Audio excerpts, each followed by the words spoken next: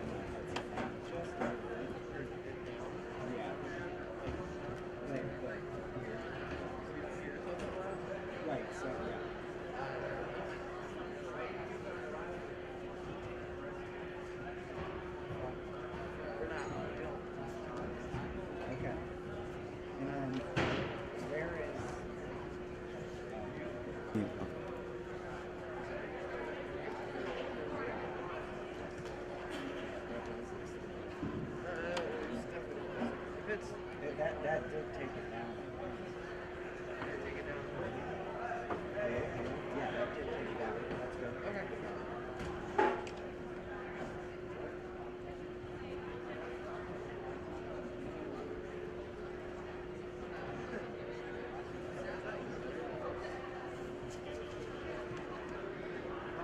So you could probably just type GCMS.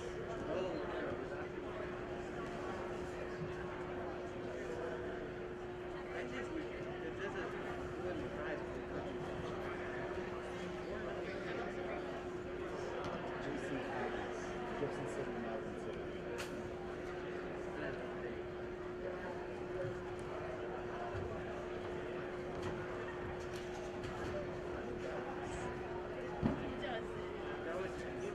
So this first dual meet is going to be Canada and Gibson City.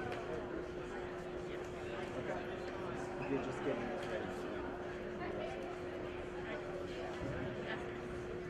So the first dual meet is going to be the two visiting teams. And Mahomet won't wrestle until after they're done. So you don't have to keep the team score or anything for Taylorville and Gibson City. I just say you can.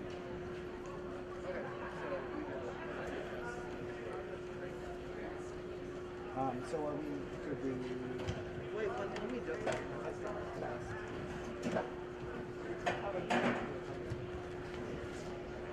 just want to...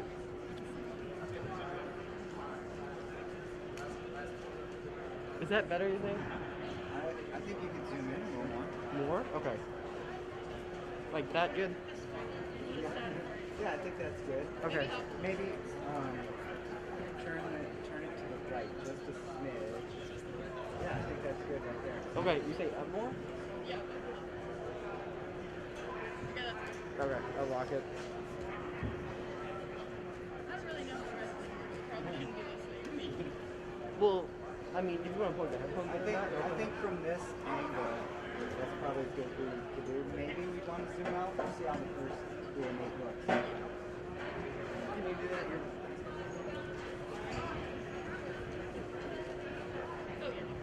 Hey, if we could clear the mats for senior night, please. Clear the mat. Yep.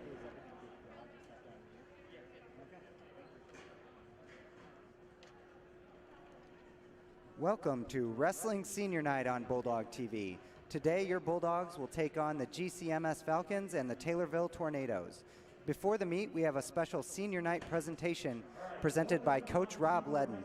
Rob and his wife Krista do a great job of honoring the Bulldog senior wrestlers and pin pals, so I will turn it over to Coach Ledden. Very special night, of course, for our seniors. For the last 4 years, they have walked our halls. They have wrestled in that practice room behind the upper bleachers. They have put their blood, tears, their heart, their passion, all into this great sport we know as wrestling. And so with no further ado, Senior Sophie Deck, daughter of Scott and Danielle Deck.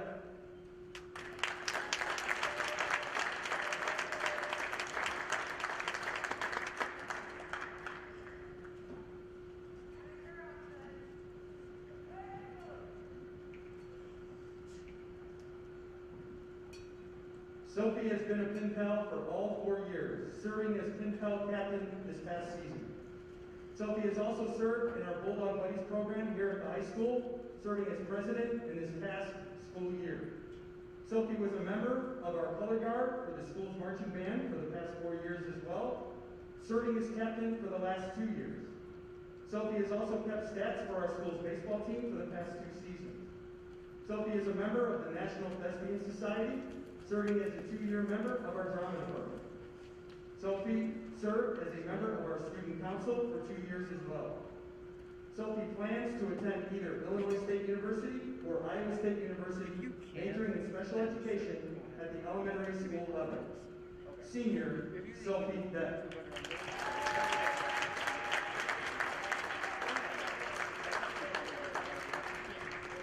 Senior Jacob Dobbins, son of Scott and Janelle Dobbins.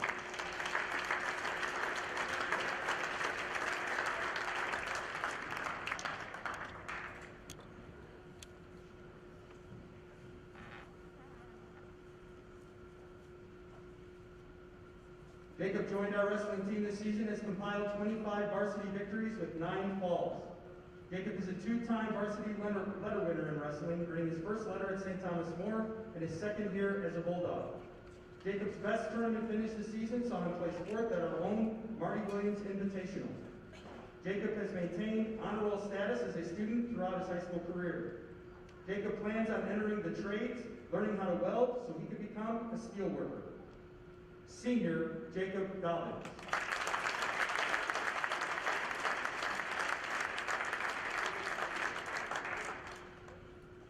Senior Ethan Brindley, son of Marcy Brindley and Jeff Berry.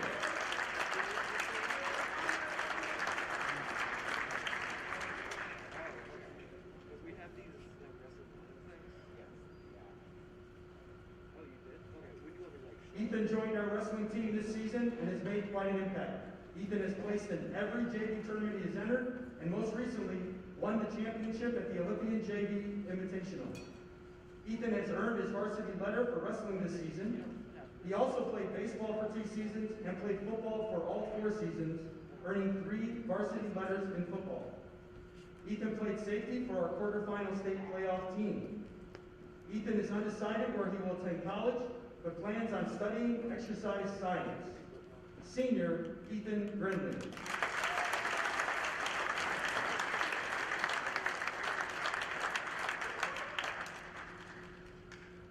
Senior Caden Hatton, son of James and Chantel Heinold.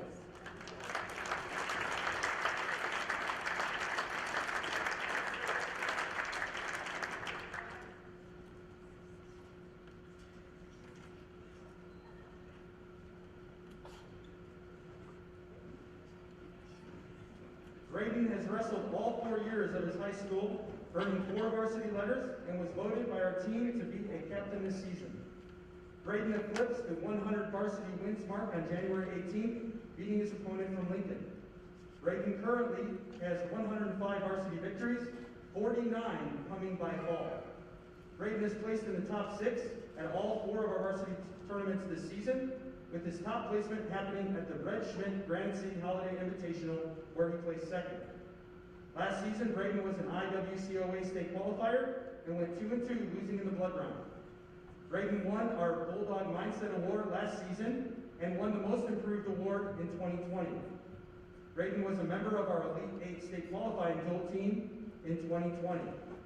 Caden has twice been named Apollo All-Conference second team in both 2020 and 2021, while also being named to the Champaign News-Gazette All-Area Honorable Mention in 2021. Caden also played soccer for all 4 years, earning 2 varsity letters, bringing his total varsity letters to 6. In soccer, Caden was named Apollo All-Conference this past season.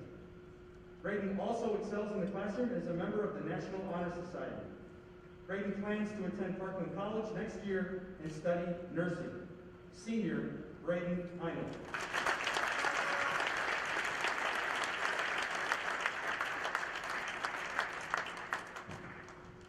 Senior Logan Petro, son of Michael and Nicole Petro.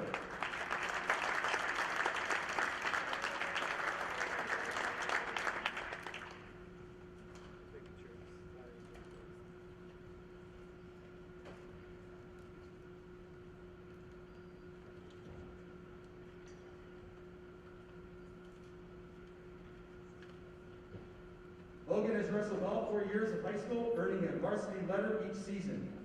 Logan currently has 83 varsity wins, of which 54 have come by fall.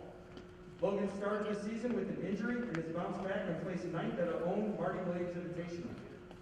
In the 2020 season, Logan earned the Most Improved Award and also the Brent Johnson Ironman Award. Logan was named to the Apollo All-Conference second team in 2020. Logan was a member of our Elite 8 state qualifying team. Logan also played football for 4 seasons, earning 3 varsity letters, bringing his total to 7. Logan earned the Sportsmanship Award in football this past season. Logan was a triathlete his freshman year, participating in football, wrestling, and baseball. Logan has worked at McDonald's for the past 2 years. Logan plans to go to Southern Illinois University Carbondale to study business management, to hopefully one day become business partners with his father. Senior Logan Petro.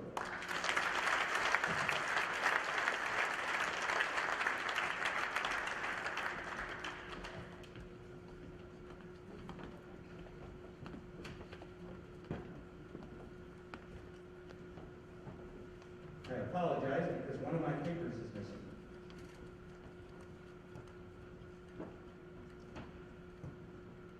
Let me get on Google.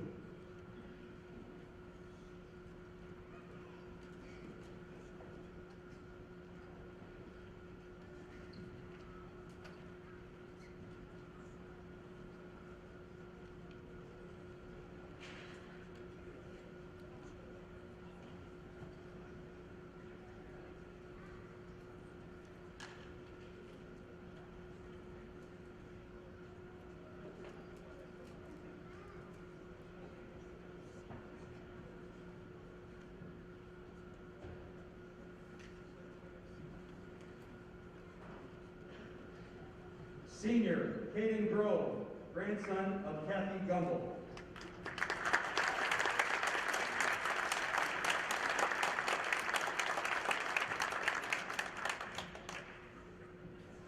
Caden wrestled for 3 seasons in high school and earned 2 varsity letters. Most recently, Caden placed 6th at the Olympia JV Invitational. Caden has earned 10 varsity victories, 2 by fall in his career. Caden most recently placed 6th at the Olympia JV tournament. Caden has worked as a laborer at Urbana schools in the summers, and Caden plans to attend trade school in the hopes to become a carpenter in the Carpenters Union. Senior, Caden Grove.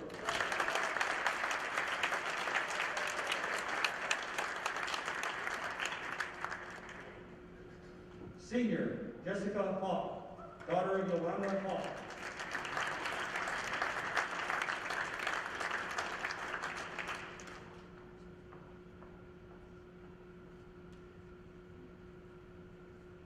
This was Jessica's first year as a pen pal. Jessica is a member of the Spanish National Honor Society and has earned an academic letter. Jessica has been a 4-year member of our softball team, earning a varsity letter. Jessica currently is taking ECCA Parkland classes for education. Jessica plans on attending Parkland College and then transferring to either University of Illinois or Illinois State University to study elementary education or secondary social science. Senior, Jessica Hall.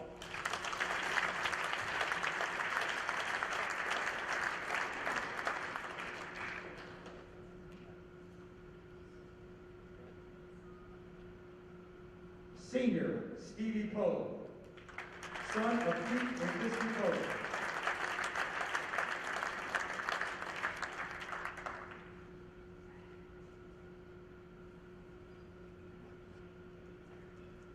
Stevie has wrestled for 3 seasons, gaining 3 varsity letters, and was voted by our team as one of the team captains this season. Stevie has 20 varsity victories, 9 by fall. Stevie's top finish in a tournament this season came at our own Marty Williams Invitational, where he placed 4th. Stevie was a member of our Elite 8 state qualifying team in 2020. Stevie spends his summers working at the Mahomet Area Youth Club. Stevie is an excellent student, evidenced by his 4 academic letters and his membership in the National Honor Society and French National Society. Stevie is an Illinois State Scholar and will be attending Iowa State University in the fall, planning to major in athletic training. Senior, Stevie Poe.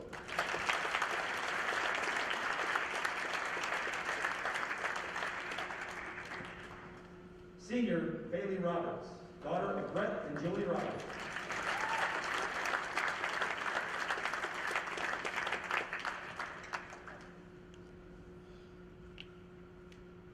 This is Bailey's first year as a pen pal at the high school level after being a pen pal in the junior high.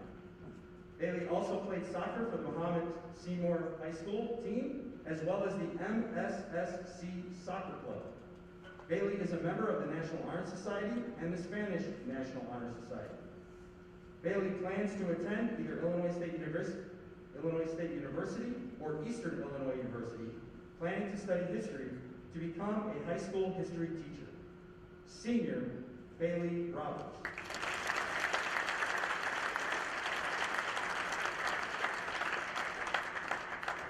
Let's give our seniors one more round of applause, please.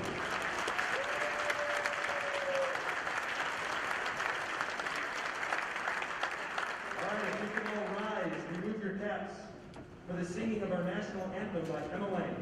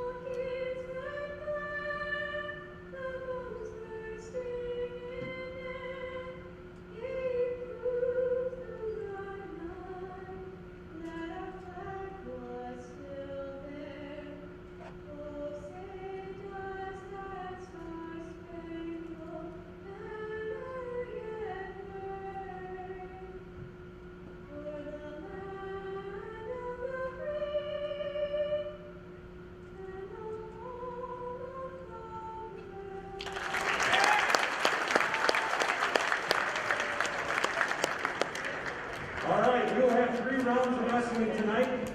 The first round will be Gibson City versus Taylorville. The second round will be Mahomet-Seymour and Taylorville. And the final round will be Mahomet-Seymour versus Gibson City. Enjoy. Let's wrestle. As you heard Coach Ledden explain there, we will bring you the Gibson City-Taylorville match first. Then the Bulldogs will wrestle in round 2 against Taylorville and round 3 against GCMS. So I will be joining you in about 45 minutes when the Bulldogs take on the Apollo Conference rival, the Taylorville Tornadoes. Our entire wrestling family, all wrestlers and their parents, are welcome for a reception after the meet tonight.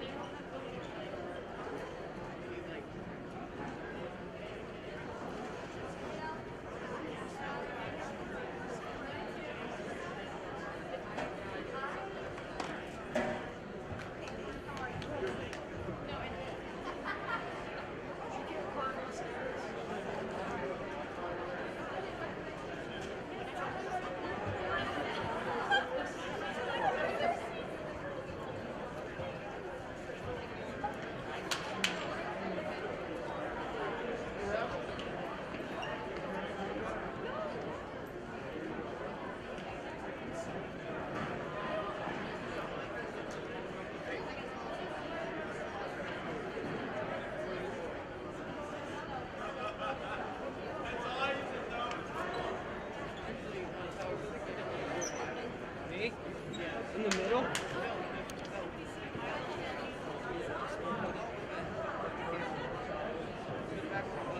I'm zooming out. Keep going?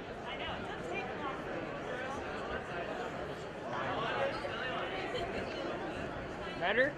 Oh, sir. Thank you. Good thing for Google Drive. I still can't believe you didn't want to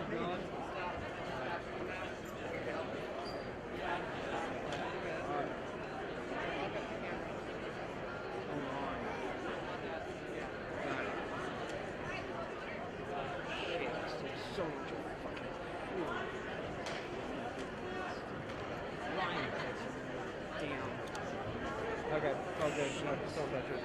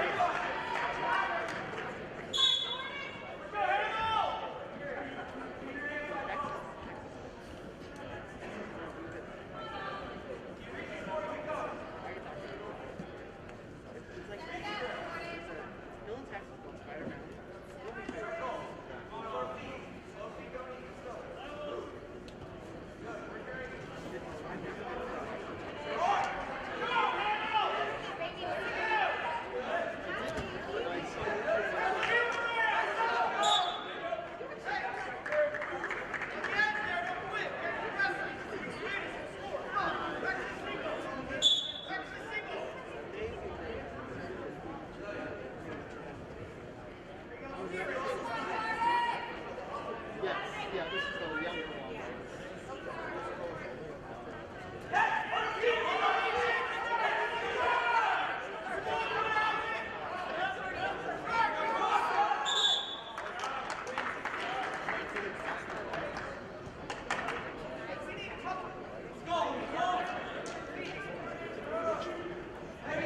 Hey, do you want to come down there and sit behind Chantel and I? There's room behind it.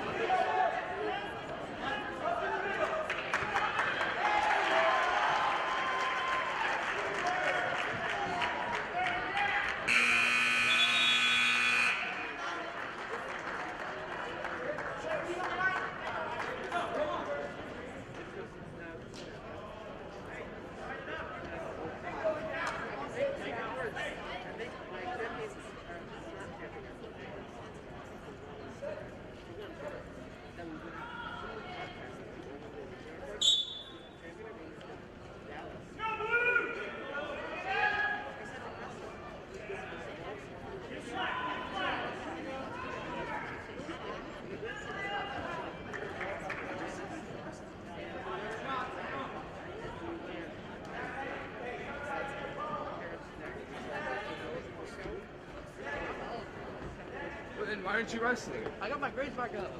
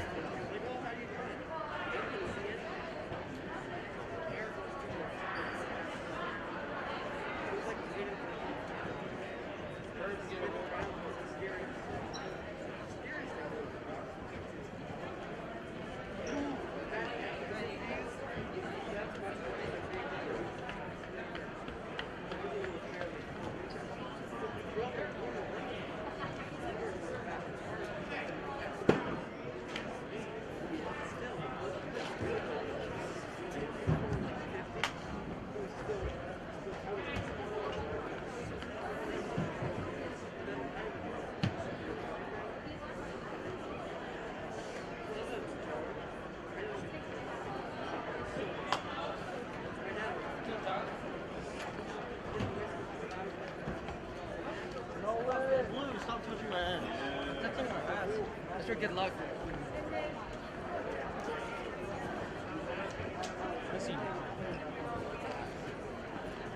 Don't take no for an answer.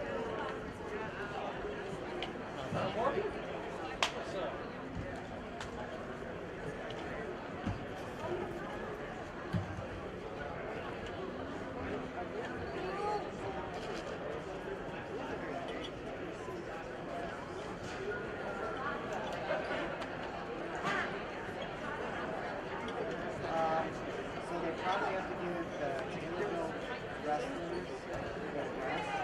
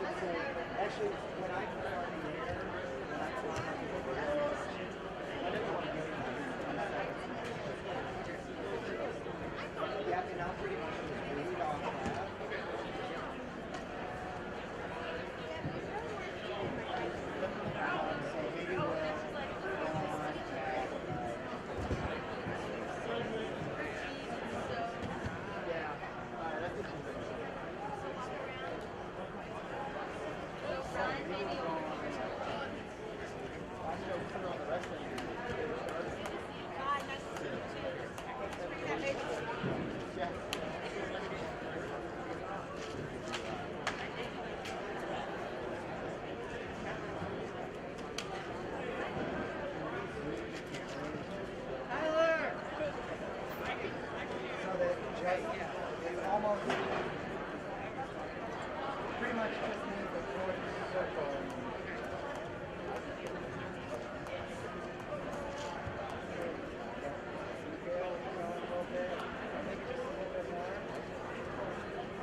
Yeah, I think that's pretty good.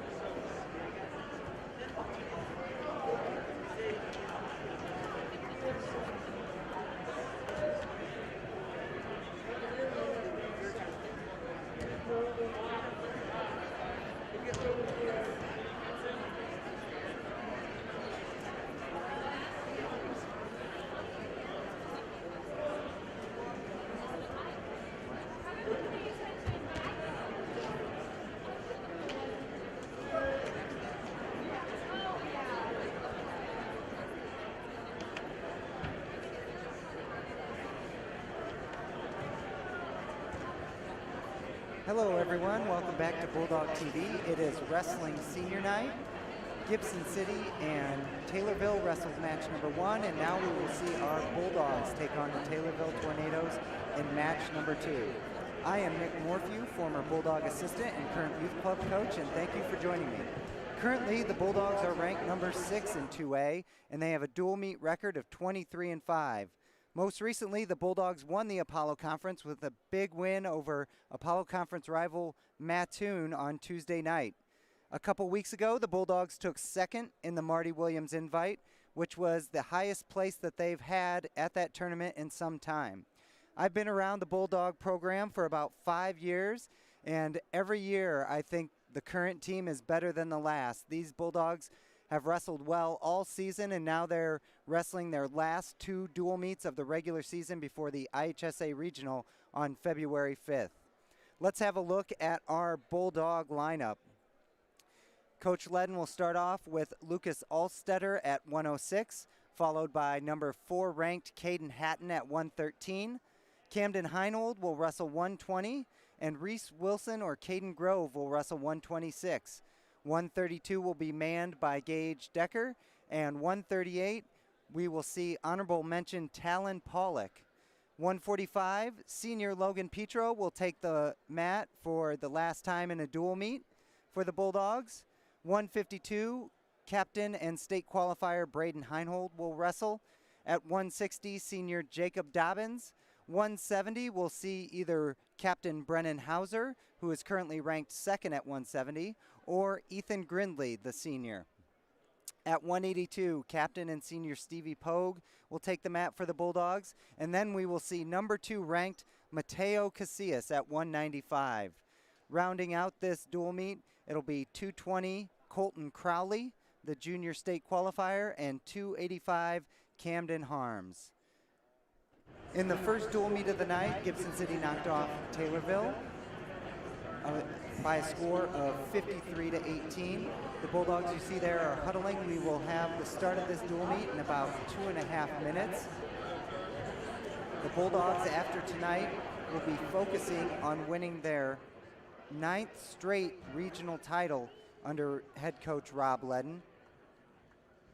The Bulldogs, the last time there was a dual team state series in 2020, they made it to the Elite 8.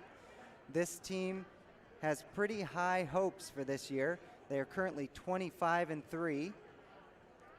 Those 3 losses, though, come with an asterisk. A couple of them, the Bulldogs wrestled their backups due to the new IHSA rule of a 45-match limit before regionals. So Coach Ledden has been rotating his lineup quite a bit.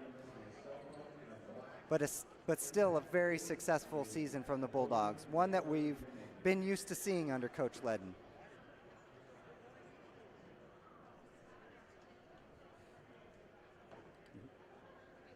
Captains are meeting in the middle, deciding if they want choice in the odd or even matches. Our dual meet tonight will start at 1:38, and we will see sophomore Talan Pollock against Gage Rusher from Taylorville.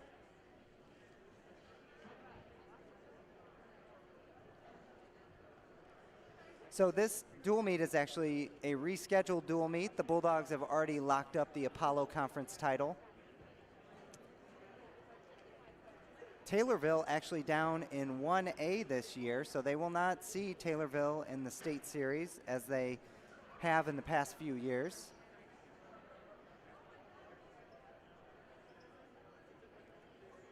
Talan Pollock, who will be wrestling first, comes into this dual meet at 27-11 with 14 falls. You could see in the background all the senior night displays with the Coach Ledden gets posters for all the senior wrestlers and the pin pals. The wrestlers' families make some memory boards to put up in the background. Coach Ledden gave a very nice presentation before the dual meet, introducing all the seniors, their past accomplishments, and their future plans. Rob and Krista Ledden always do a great job of putting together this senior night celebration. It's always a special night here in the Mahomet Gym.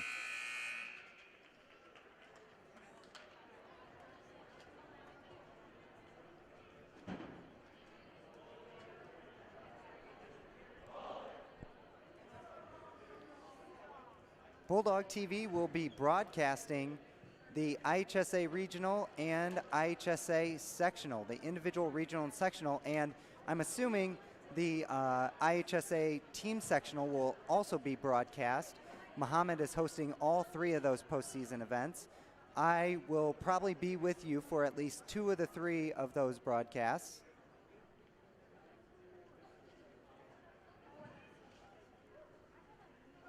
And we will get this Apollo Conference duel underway. Talan Pollock for the Bulldogs. Talan with the slide by. Gets the leg inside, but can't get Rusher down.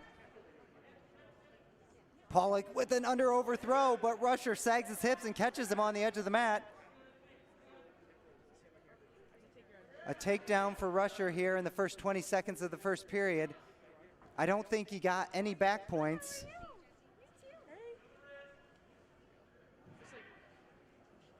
Pollock is able to get to his base, fights for some hand control. Rusher out to the side with a Mills half. Pulls Pollock out, and there is 1:20 left in this first period. 2-0 Rusher from Taylorville.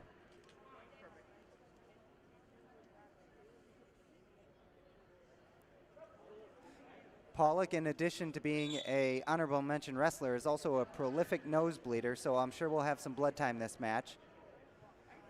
Pollock gets to his feet, goes to the whizzer and wants to step in front and throw Rusher. Rusher with the body lock. There's that throw from Pollock, but can't get his hips. Pollock really needed to step in front of Rusher's legs there. Pollock gets a locked hands call, hits a Granby, tries a high post finish, gets Rusher on his hip, has the leg hook. This is good. Talan just needs to push that knee off his head to get the 2. There it is. 2-point reversal, I believe.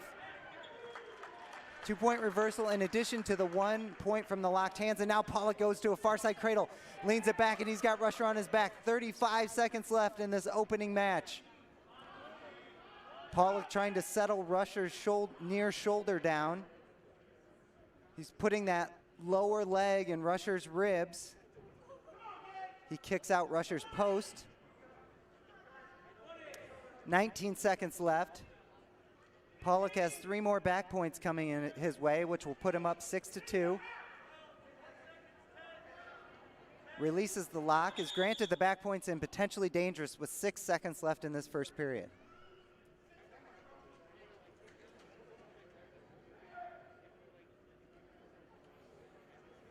And here is the aforementioned nosebleed. with 1:54 into the first period.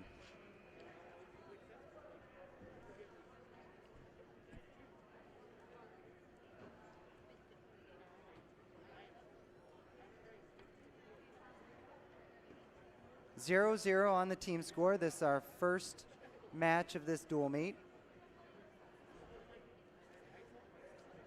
I believe Pollock will start in the top position. There was a potentially dangerous call that stopped the action. Pollock is not afraid to take risks in his wrestling. He's done a lot of Greco-Roman wrestling, so not afraid to get in those upper body situations. He goes right to the far side cradle again. He might get a 2 count. Yes, he will. Pollock finishes the period strong, up 8-2 now.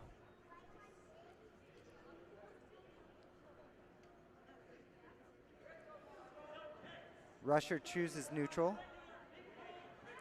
Got the opening takedown in an upper body tussle with Pollock. Rusher with a shot, defended by Pollock. Rusher comes up to an underhook. Pollock with the hip toss. There's that Greco-Roman wrestling.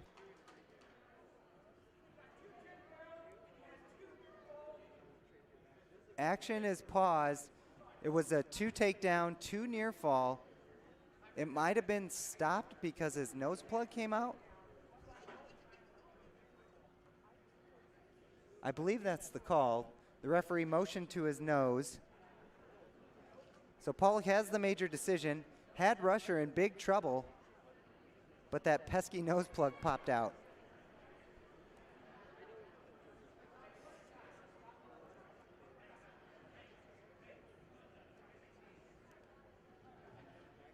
What I like about Talan on top with that far side cradle is when he gets it locked up, he takes it back. He's physical and he's fast with it. There's 1:47 left in this second period.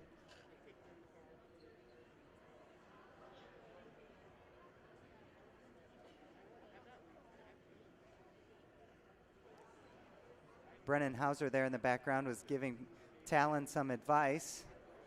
Let's see if he's got something unique up his sleeve off this breakdown. Goes for that cradle again. Oh, but he didn't have it locked up. He tried to pull Rusher back anyway. Falls on his back. Rusher has a single, trying to come around for 2, but I think this will just be an escape. No, it won't. Pollock gets the upper body tied up again and throws him. And I believe loses his plug once again. No change.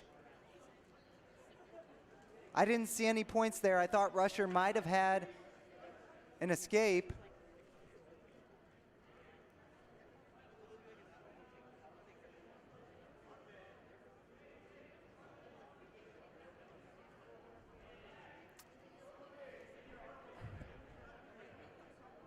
There's 1:31 left in this second period. Talan Pollock from Mahomet is up 10-2 and is bleeding profusely.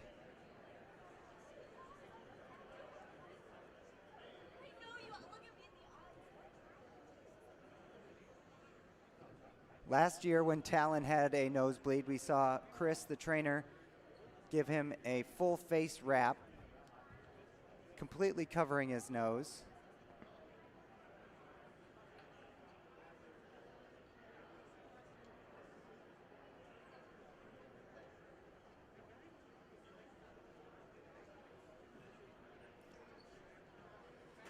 Half the Mahomet coaching staff is trying to get the blood cleaned up.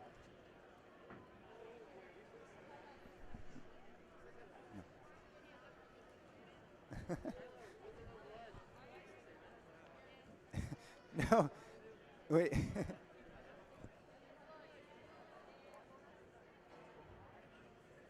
Coach Ledden himself is even in there cleaning up Talan's blood.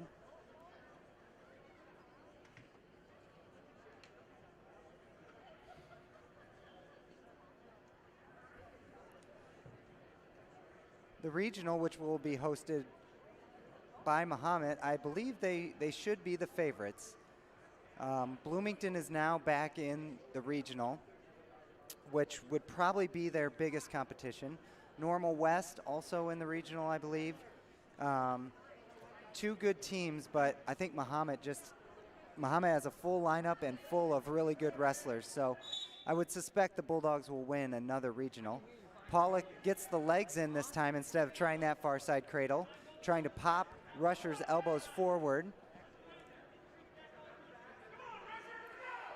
Goes to the cradle with both legs in. This is an interesting position. He hops one leg out and is sagging off to the side. This is not a great position. Pollock's able to get Rusher collapsed, but Rusher falls on top of Pollock. And another, oh yeah, you could see the blood there. The plug falls out again. A 5-point move by Rusher will close the gap of 10 to 7. Well, you came here thinking you were going to watch a wrestling meet. Instead, you get a first aid clinic here.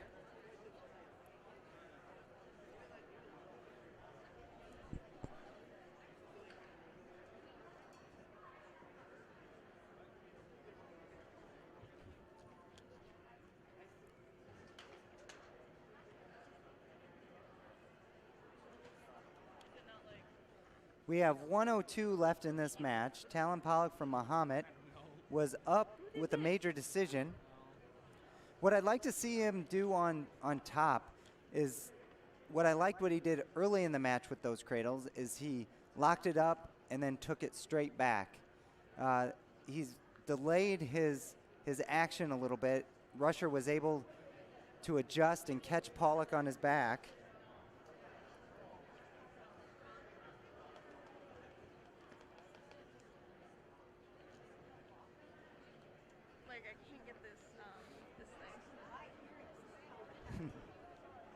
Which way does it go? Back towards me? I think so. Okay. There you go. Thank you. Thank you. Okay, we're good.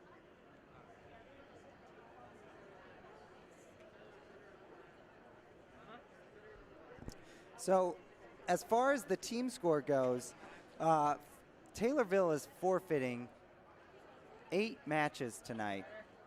So the Bulldogs are already up technically 48-0, which means they've won this meet before it's even started. 42 is the magic number in wrestling. There are 14 weights, 6 points for a pin or a forfeit. So if you can get to 43 points, you have the match won. So go down. There. That's good. So it's just like the orange. Thanks.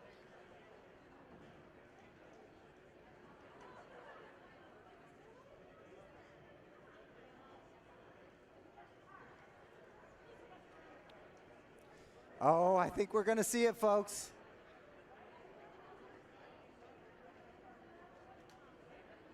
Are we going to see the tape come out?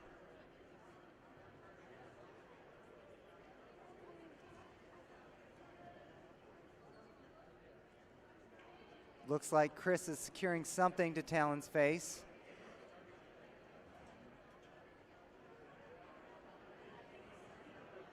Multiple layers of black athletic tape are now going on to Talan Pollock's face.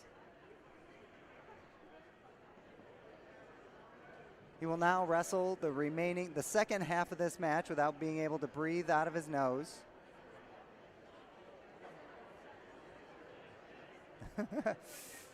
We see it again. I called Talan a mummy last year returning to his sarcophagus when we saw this. Now he reemerges against the Taylorville Tornadoes. I don't know, this time without the white tape, it's black tape. He almost looks like more like a superhero or something this time. So we have a new Marvel Avenger and Talan Pollock. Crowd giving him a sarcastic round of applause. He is up 10-7, less than a minute left in the second period of our opening match. He slips out of Rusher's grasp and right into a spladle, takes Rusher back. No points yet. There's the reversals given. Rusher's back must be high enough on Pollock that he's not getting back points. Pollock's trying to adjust. He catches Rusher on his back. He got a 2 count. Pollock regains the top position, catches the collar, has Rusher's leg trapped. This should be a fall for the Bulldogs here. Oh, Rusher's able to scramble out. Good action there. Pollock is now up 15-7. 17 seconds left in this period.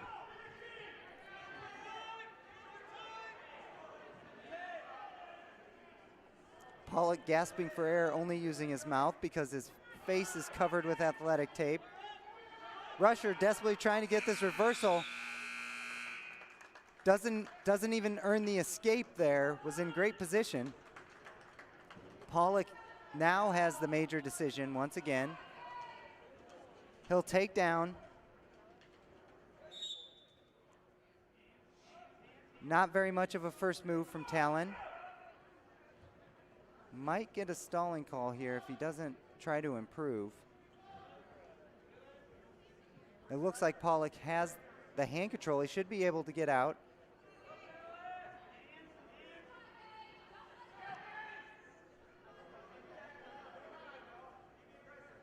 Rusher's able to get a leg in. Looking for the power half.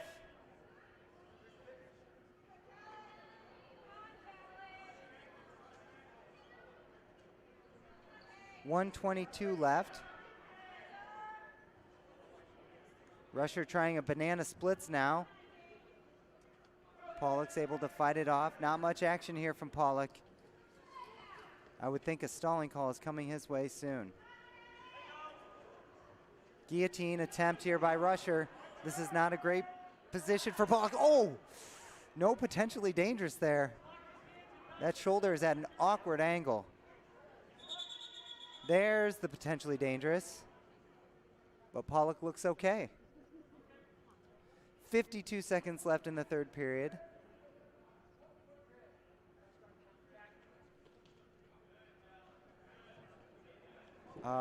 Maybe an illegal move. 1 point to red? Oh, 1 point green. Okay. So illegal move. 1 point green is now 16-7 Pollock.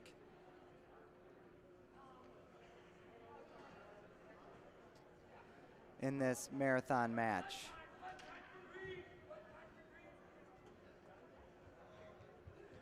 Looks like Rusher will choose neutral after our third intermission here.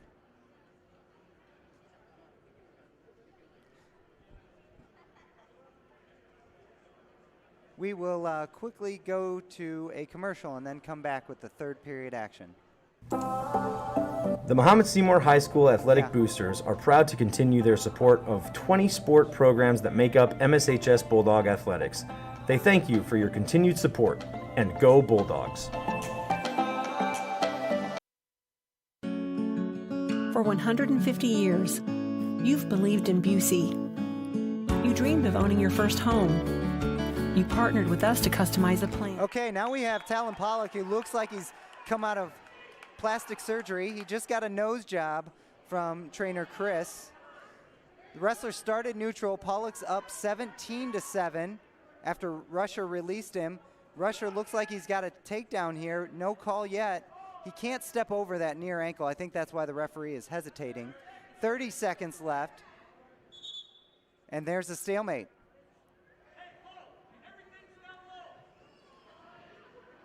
I don't even know if Talan can see right now. Snap down by Rusher. Pollock pulling on the elbow. Oh, Rusher trying to get a whip over to come back in this match. A 2-point takedown given. Pollock still has the major decision at 17-9. Rusher desperately trying to get a fall here in the final 10 seconds. Stalling warning on Pollock.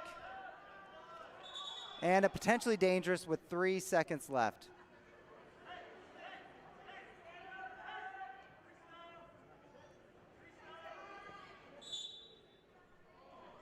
Good hard crossface, but can't get the fall. And the Bulldogs pick up their first win of the night. A 30-minute match from Talan Pollock gives the Bulldogs 4 points.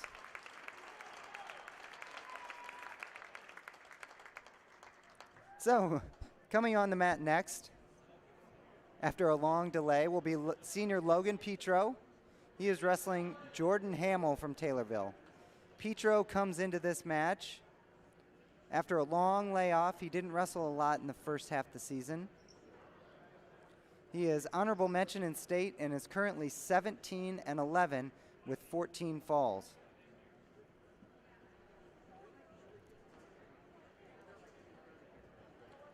Now the Bulldogs are cleaning up blood in front of their bench after Talan left the mat. The Red Cross should have set up shop over in the corner.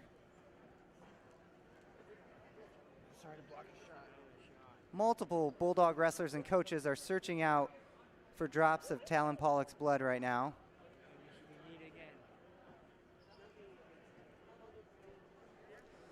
You know you got good teammates when they're willing to clean up your blood. All right, now we'll get to see Logan Petro against Jordan Hamill. You gotta like make sure you got the people.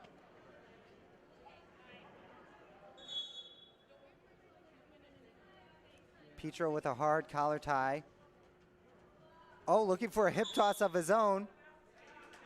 Didn't really have it secure there, but did try and step in front for that throw. Sweep single attempt. Nice go behind there by Petro. Goes right to a Mills half. The Bulldog wrestlers are usually pretty good at transitioning right from takedown to pinning combination.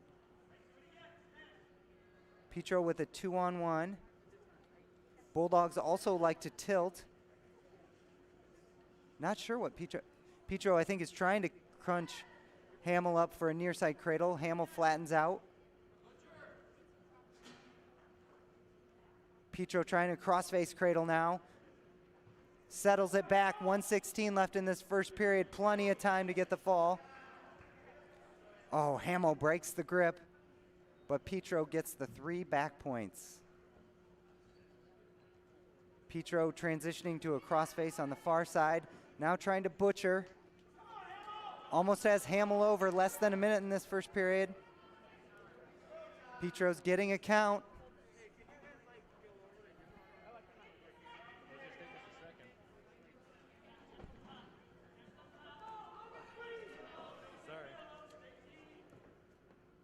Hamill on his back. Petro in good position here. Just needs to settle that near shoulder down. Petro on his knees needs to get his chest on Hamill and is able, and that's what allows Hamill to turn to his belly. 3 more back points. 8-0, 24 seconds left in this first period. Another crossface cradle attempt by Petro, thwarted by Hamill though.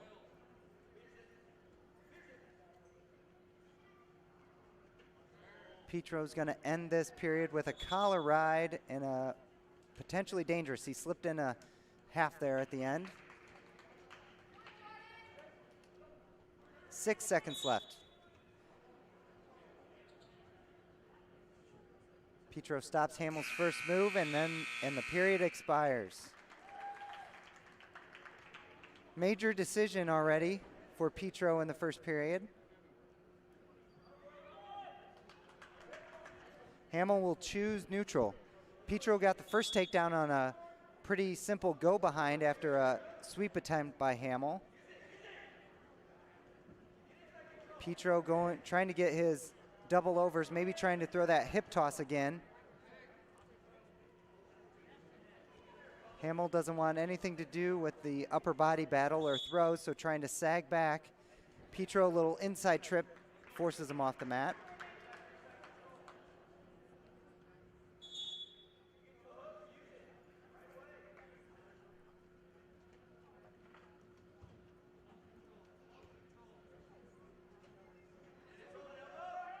Petro really controlling. There's an inside trip again. Oh, but he slides off Hamill's head as he was trying to grab the Merkle. Hamill scores his first points of the match. Petro with a roll. Hamill almost catches him for a 2 count. Petro reaching back. Finally stands up for hand control. I think Petro is really trying to give people a show here on senior night with the moves he's attempting.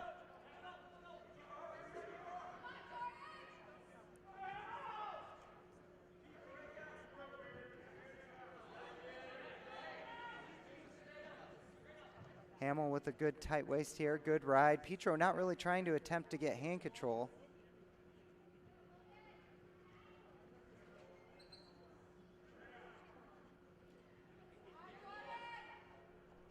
"36 seconds left in the second period." Oh, Petro almost gave up a power half with Hamill's legs in. Hamill's getting a little high.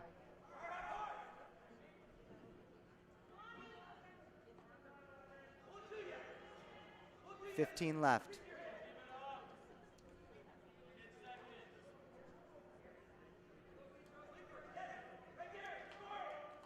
Oh, Hamill's got the power half, gets one swipe, but no points. Not a great period for Logan. He was up 8-0 after one. Hamill scored the only points in the second period. 2-point takedown. Petro goes down to start the third. There is a stand-up attempt, but no hand control. Hamill takes him straight back. Good sit and switch attempt by Petro. Gets the leg in. Now trying to transition to a power half. That was actually a good adjustment after Logan got mat returned. He still hasn't gotten the reversal. There it is. Petro trying to get points, but he's not real tight to Hamill. Hamill could easily slip out the side door here. Petro gets his hips back on top, re-centered, and is now up 10-2. 1:20 left in the second, or sorry, the third.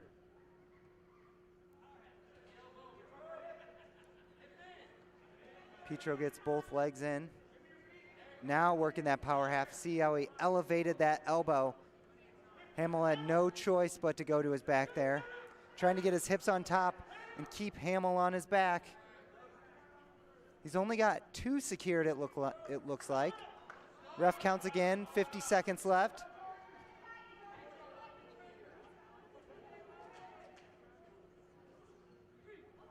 Petro gets 3 back points and is now up 13-2.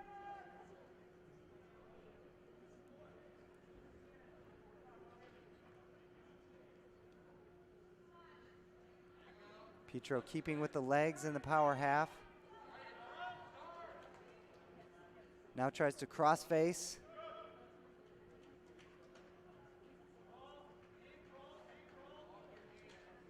Logan really has to crawl his chest towards the out of bounds line. Only got a 1 count there, 10 seconds left.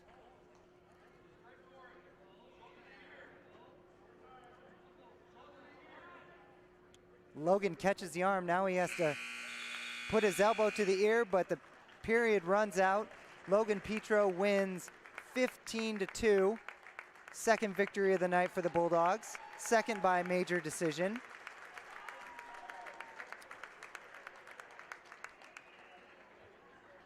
Up next, senior and captain Caden Hatton, honorable mention at state qualifier last year.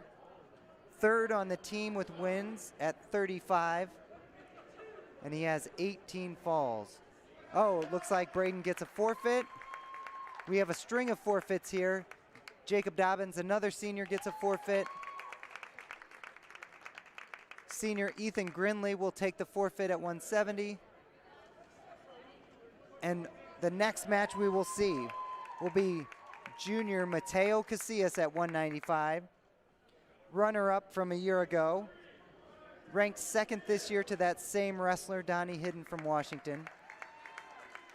Comes into this match 42-1. His one loss was out of state. Hasn't lost to an Illinois wrestler. He will take on William Blue from Taylorville. What I've seen from Mateo this year, as compared to when he was an underclassman, is his technique has really sharpened. He's always had the athleticism and physicality, but his technique looks really sharp. In the past, he might have depended on that athleticism more than his technique, but he's really cleaned things up. Mateo starts with double unders, tries a right side high crotch. Great finish there, takedown in the first 15 seconds. I love that combination of underhook to high crotch. Straight single leg off the whistle, another takedown. A shot to each side for Mateo. Ooh, I like the tap and the movement. Tries that underhook. Let's see if he mixes it up. Underhook on the left side this time. Blue tries a fireman's carry. Mateo collapses him and gets the takedown. Mateo just dropped his hips hard there, crushed Blue into the mat and got that third takedown. Mateo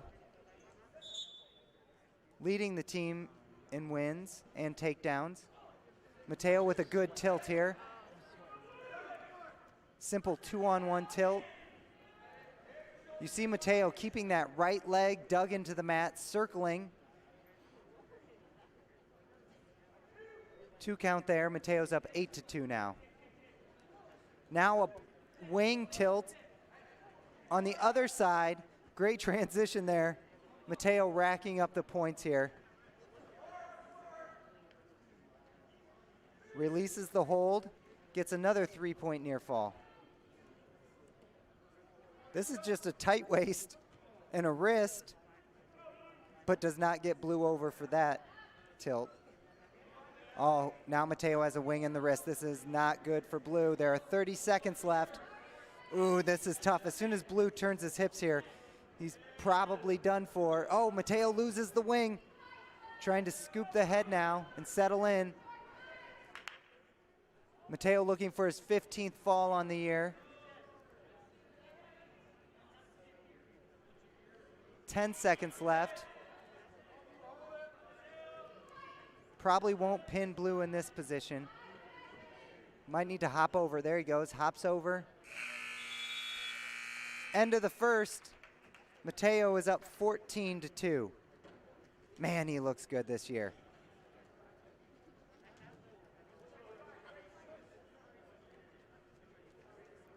Blue trying to decide what to do. He hasn't had luck in really any position. Chooses neutral. A takedown will not end the match. Let's see what Mateo has here. If he tries something different. A tap, single, comes up to a body lock. Lifts Blue straight to his back. Good combination of moves and transitions there from Mateo. That will be the tech fall with those back points. Casillas with a tech fall, 25 seconds into the second period. Bulldogs, after a series of forfeits, are now up 37-0 over Taylorville. We will also see another string of forfeits here. Colton Crowley, who's honorable mention at 220, will get a forfeit. Camden Harms, promising heavyweight, gets a forfeit. Lucas Altstetter will also take a forfeit at 106. Oh, an additional forfeit, sorry. Caden Hatton will also receive a forfeit at 113. So the number 4 ranked wrestler at 106 will get it. Well, it looks like Caden's warming up. Let me refresh my track wrestling page to see what we have going on.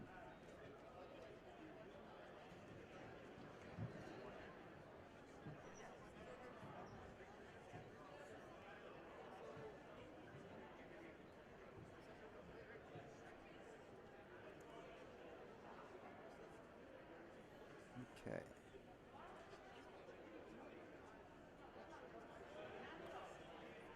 It looks like Hatton's getting a forfeit, unless Hatton's bumping all the way up to 120.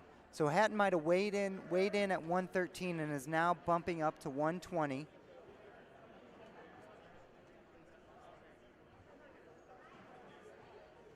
Or if this is a 113-pound match, I do not have a name for this Taylorville wrestler.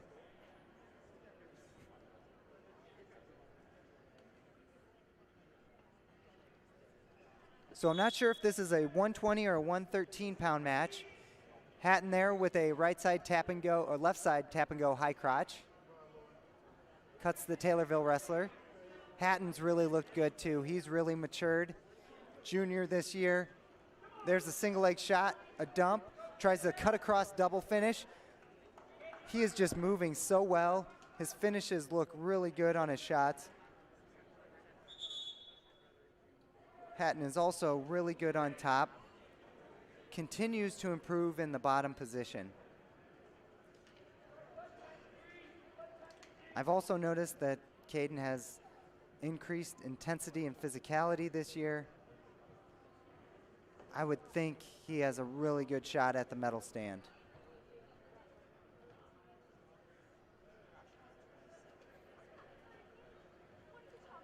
(4-2) Hatton right now.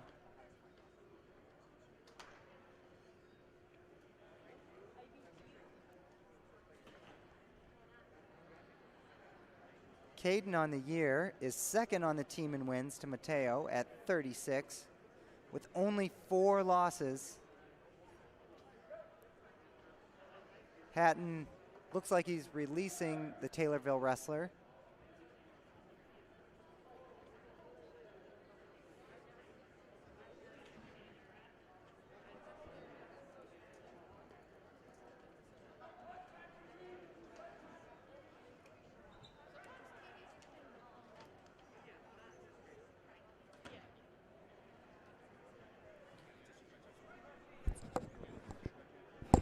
We'll go to commercial as Caden Hatton gets cleaned up on this blood time. You started a business. You trusted us to guide you through the ups and downs. You wanted to leave a legacy. You allowed us to bring your dreams to life. We thank you for the opportunity to serve you and your family for generations. Busey, fulfilling dreams since 1868. At D1 Networks, we take our role in connecting, protecting, and monitoring businesses in Central Illinois very seriously. When you need us, we'll be there, with service that sets the standard. From access control and structured cabling, to video surveillance and fiber installation, we always strive to provide creative solutions to the ever-changing technology needs of our clients. Contact D1 Networks today. Visit our website or call us at 855-836-6363.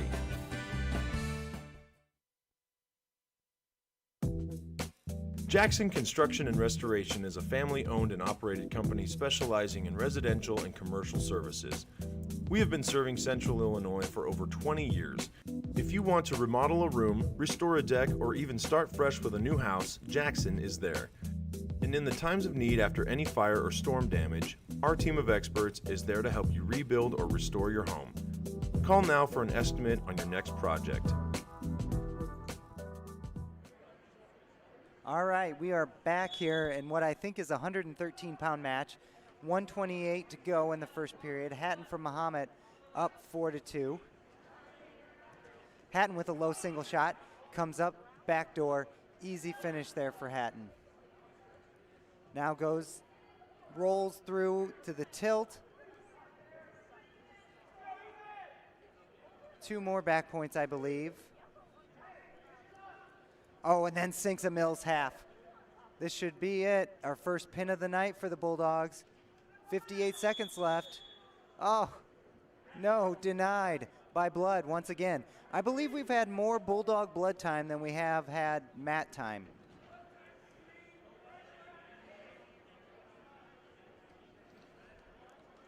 So we will go to another commercial as Hatton once again gets cleaned up. The Mahomet-Seymour High School Athletic Boosters are proud to continue their support of 20 sport programs that make up MSHS Bulldog Athletics. They thank you for your continued support, and go Bulldogs! For 150 years, you've believed in Busey. You dreamed of owning your first home. You partnered with us to customize a plan. You started a business. You trusted us to guide you through the ups and downs. You wanted to leave a legacy. You allowed us to bring your dreams to life. We thank you for the opportunity to serve you and your family for generations. Busey, fulfilling dreams since 1868. At D1 Networks, we take our role in connecting, protecting, and monitoring businesses in Central Illinois very seriously.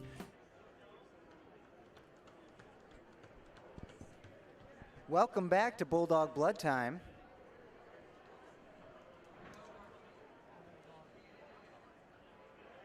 Hatton is our Bulldog wrestler we're featuring now. Bleeding from the nose, getting it all over his body. Teammates and coaches pitching in to clean up the mat once again.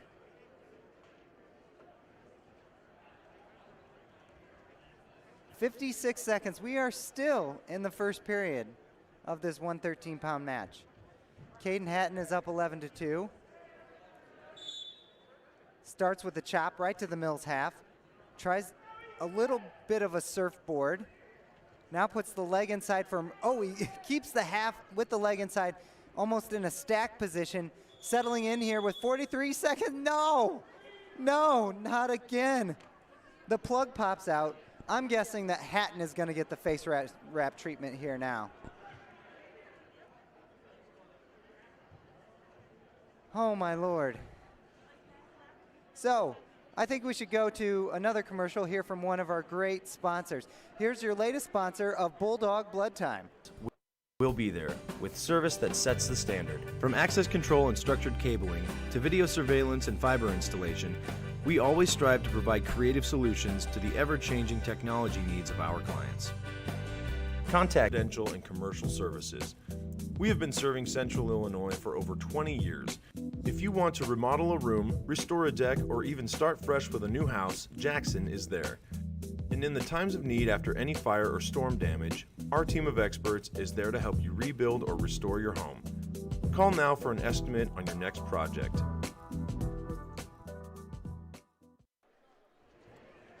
All right, welcome to our Bulldog Blood Time special. Caden Hatton now also has the mummy treatment. Banner night for Chris, our trainer. Really proud of his work here.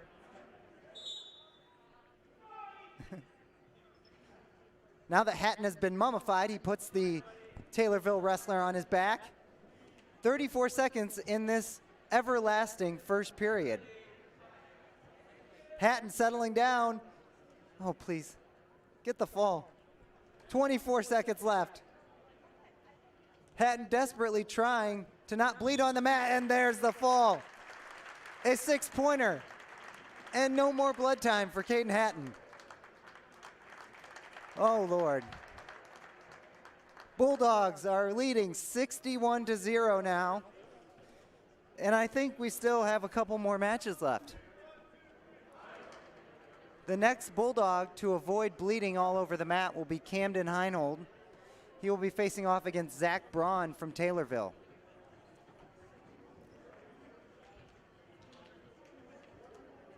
I really haven't seen Camden wrestle much. Don't know his style, but I hope it includes strong blood vessels in his nose.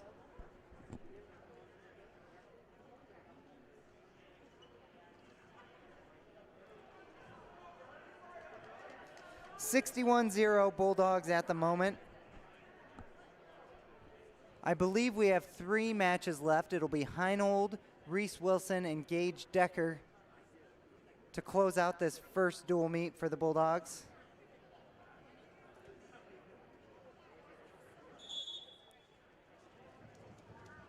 Heinold stalks forward, goes to a collar tie and underhook.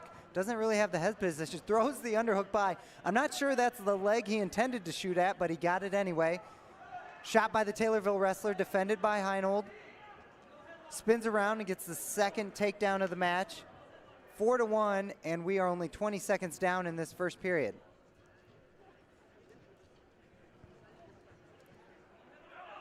Heinold with a fireman's, cannot hold Braun on his back, but gets a third takedown. Camden is 22-13 in the year, with 7 falls. Good wrist control here. 1:13 left in the first period. Near side cradle. Oh, the Taylorville wrestler turns into it, but still fights it off. Heinold trying to stud cradle now. If he gets that leg, that knee to the head, he can't keep the leg, but he is getting back points. He needs to settle his chest down. This looks good for Camden. There's the fall, and another 6-pointer for the Bulldogs. Hey, they go a match without any blood time and take a 67-0 lead. Reese Wilson will wrestle now for Mahomet.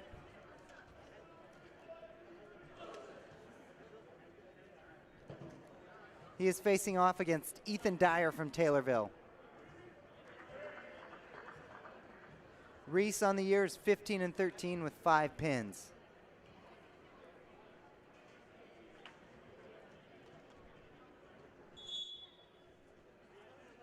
Reese, with some level changes there, shoots a one-handed single but is able to get Dyer down. I'd like to see him attack the legs with both hands. Wilson cutting Dyer, sorry. Ooh, that was a sweet duck under by Wilson. That was slick. Wilson seems long and lanky for this weight class. This is 126 pounds, second to last match. Wilson has a wing and a wrist and is gonna stack, was gonna stack Dyer, but his hand slid up on the shoulder and the ref called potentially dangerous. Wilson chooses to put Dyer in the neutral position. 4-2, 120 left. Level change from Wilson. Good sweep single. That was nice. Oh, and Dyer almost kicks out. Wilson gets his third takedown. Ball and chain tilt, I believe, but doesn't get any back points.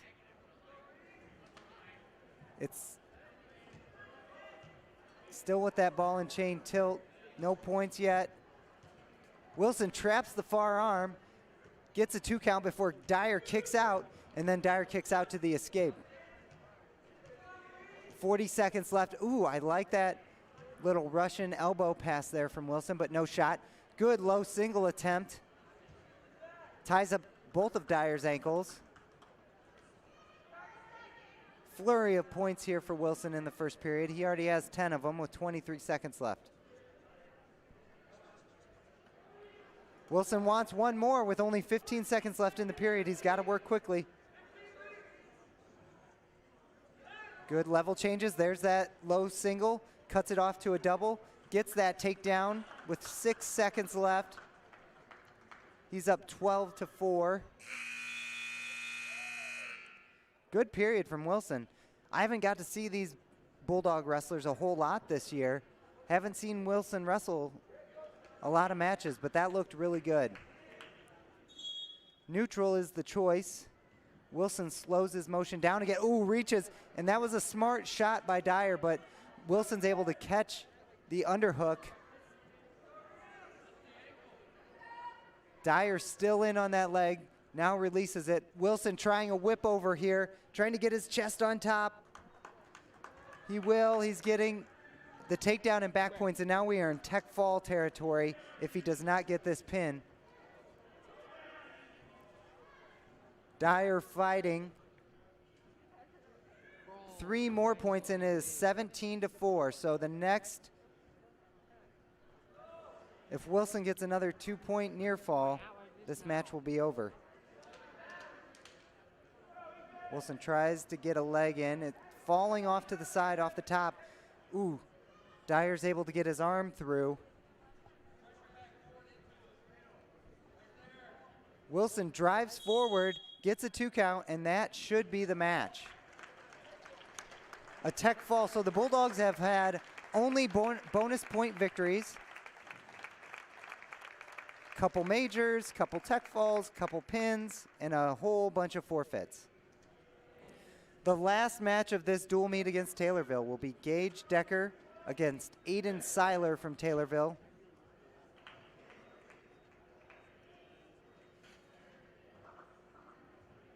Trying to get Gage's record here. There it is.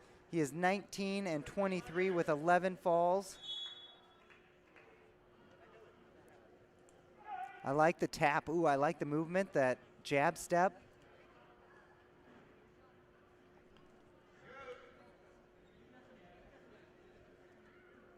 Good inside control there from Decker. Oh, yeah. Ooh.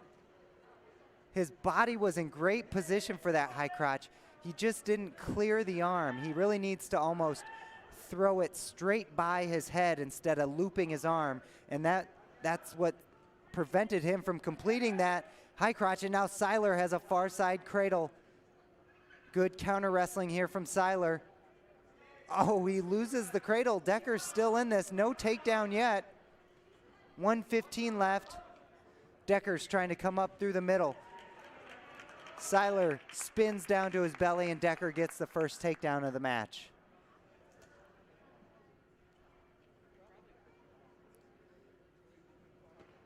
Decker in a spiral ride, Mills half position.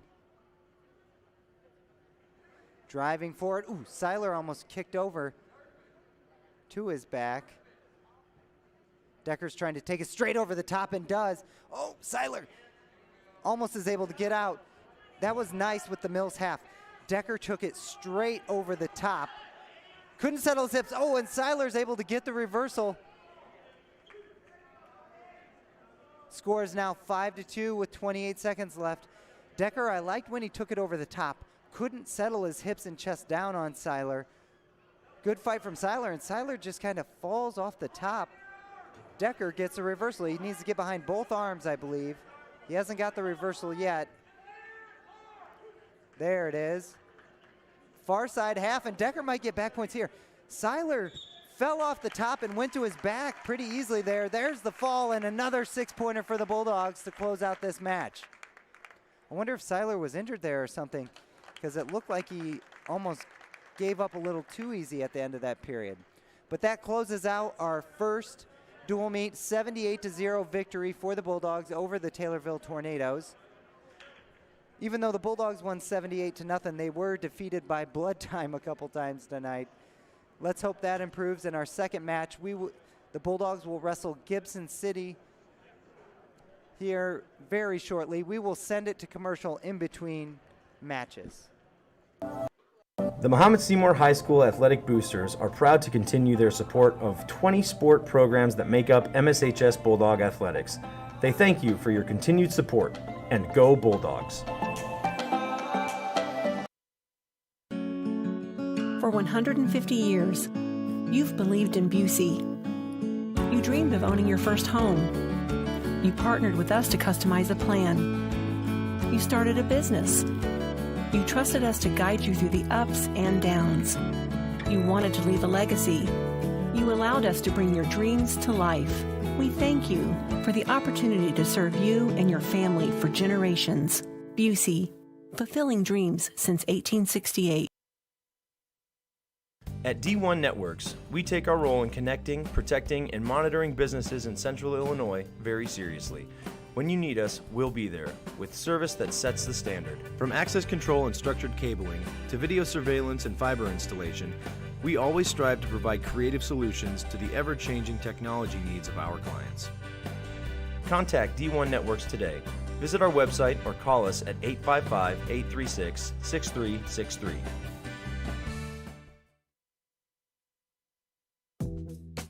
Jackson Construction and Restoration is a family-owned and operated company specializing in residential and commercial services. We have been serving Central Illinois for over 20 years. If you want to remodel a room, restore a deck, or even start fresh with a new house, Jackson is there.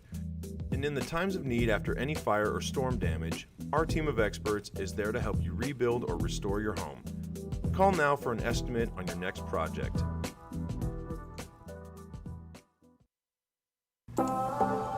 The Mahomet-Seymour High School Athletic Boosters are proud to continue their support of 20 sport programs that make up MSHS Bulldog Athletics.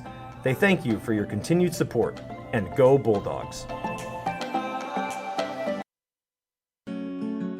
For 150 years, you've believed in Busey. You dreamed of owning your first home. You partnered with us to customize a plan. You started a business. You trusted us to guide you through the ups and downs. You wanted to leave a legacy. You allowed us to bring your dreams to life. We thank you for the opportunity to serve you and your family for generations. Busey, fulfilling dreams since 1868. At D1 Networks, we take our role in connecting, protecting, and monitoring businesses in Central Illinois very seriously. When you need us, we'll be there, with service that sets the standard. From access control and structured cabling, to video surveillance and fiber installation, we always strive to provide creative solutions to the ever-changing technology needs of our clients. Contact D1 Networks today. Visit our website or call us at 855-836-6363.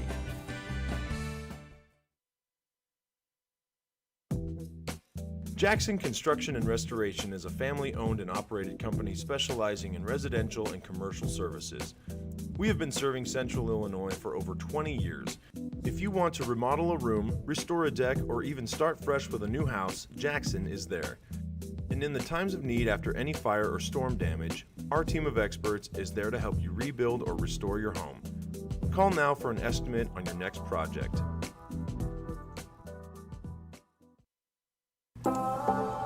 The Mahomet-Seymour High School Athletic Boosters are proud to continue their support of 20 sport programs that make up MSHS Bulldog Athletics. They thank you for your continued support, and go Bulldogs! For 150 years, you've believed in Busey. You dreamed of owning your first home. You partnered with us to customize a plan.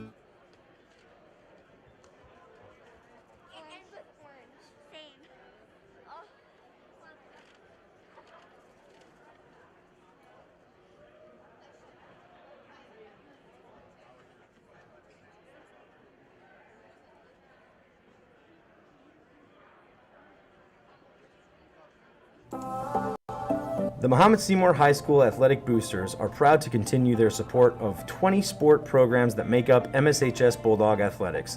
They thank you for your continued support, and go Bulldogs!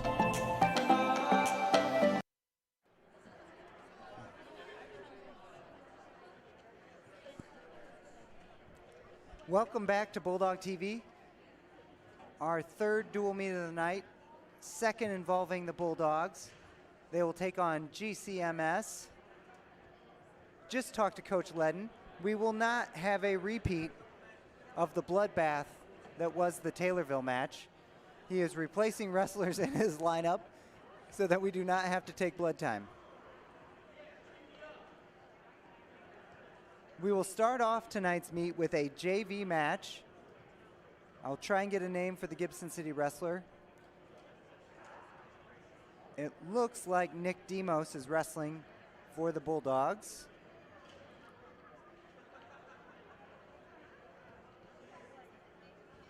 And he will be wrestling Keegan Steenbergen for the Falcons.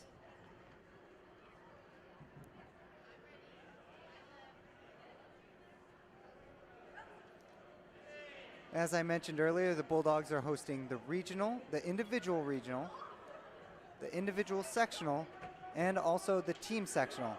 Last time they hosted a team sectional, I believe, was 2016, where that team defeated Chatham-Glenwood to advance to the state tournament.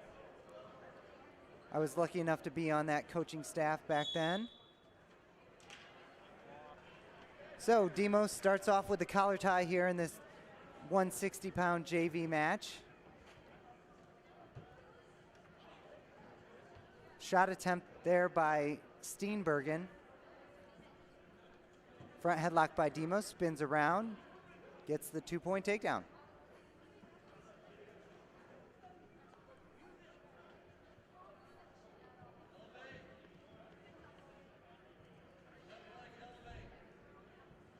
Demos now getting back points. Had 2.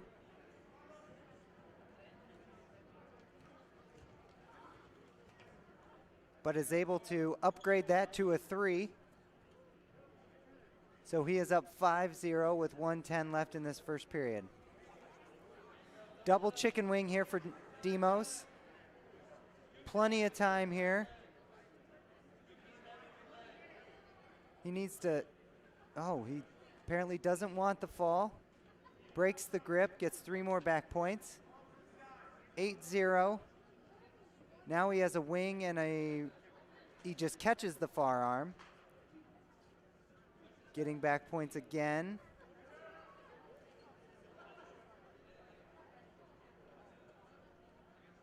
He is up 11-0. Escape here for Steenenberg. There's a fireman's holding Steenenbergen on his back. I think that was a 4-point move. It is now 13-1 with 15 seconds left. Demos, as the tilt again rolls through. This will be a tech fall in the first period of this JV match for Nick Demos.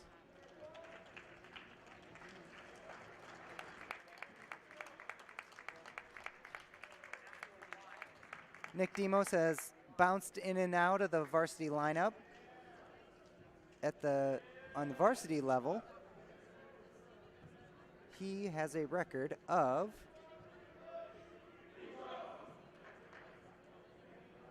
18-11. Okay, we are starting the varsity match proper now. Logan Petro is the first wrestler for the Bulldogs. He is wrestling Alton Nettleton from Gibson City.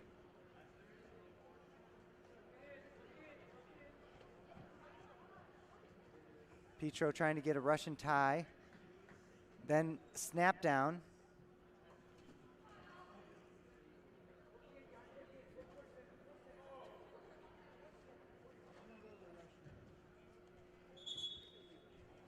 Petro drives Nettleton off the mat. 1:30 left in this first period.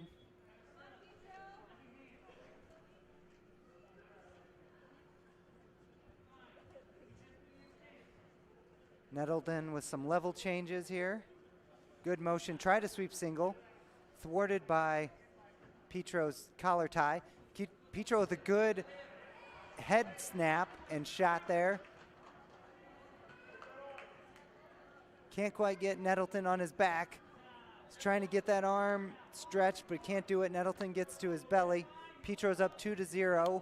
Less than a minute to go in this first period.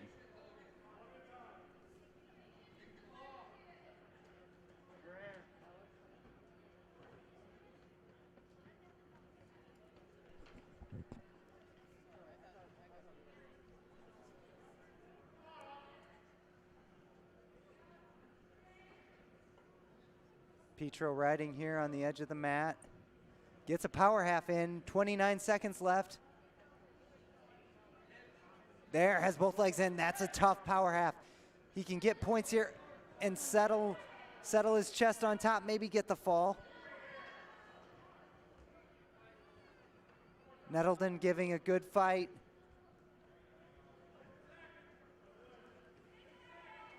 Petro getting some crucial back points here at the end of the first period.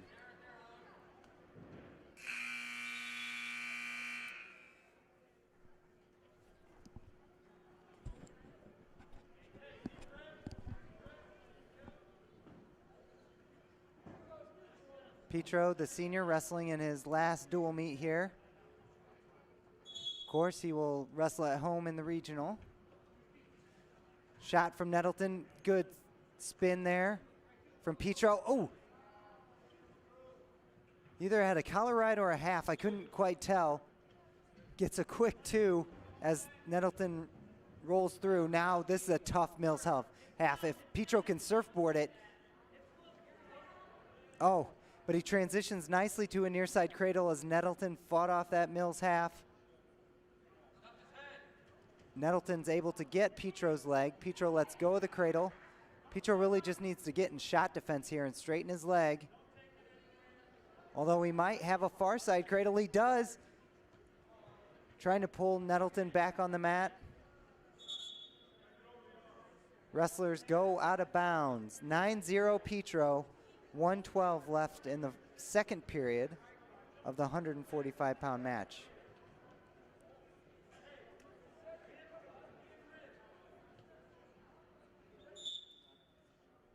Looked like a switch attempt there from Nettleton. Petro slides the legs and seamlessly gets both of them in and that power half. He's in a good position here with a minute left in this second period. Petro not getting back points yet. He really has to get his fist down to the mat, push that head away. There, he's pushing the head away. Still nothing. Referee is counting now, but Petro doesn't have the half anymore, just has the arm outstretched. Now Petro needs to slide his hips on top, get his chest on top, and he can get the fall. 35 seconds left.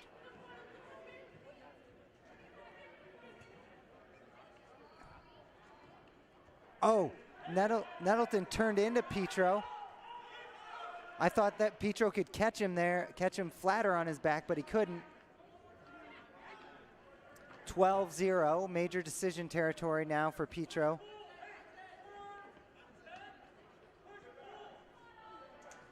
Petro with his headgear askew, trying another power half here with 3 seconds left in the period. Not gonna get the back points.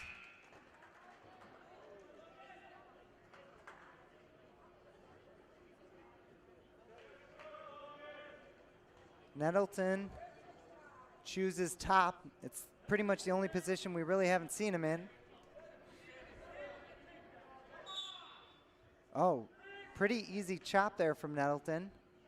Gets Petro flat. We saw Petro struggle in bottom position in the last match. Nettleton has the wing and a wrist. Petro fights it off. Ooh. Good crossface attempt there from Nettleton. The referee might have told him to watch it. And there it is. That'll be a point for Petro. I think he gave him a warning. The referee gave Nettleton a warning, and he came back with a left-right combination. Oh, false start there from Nettleton.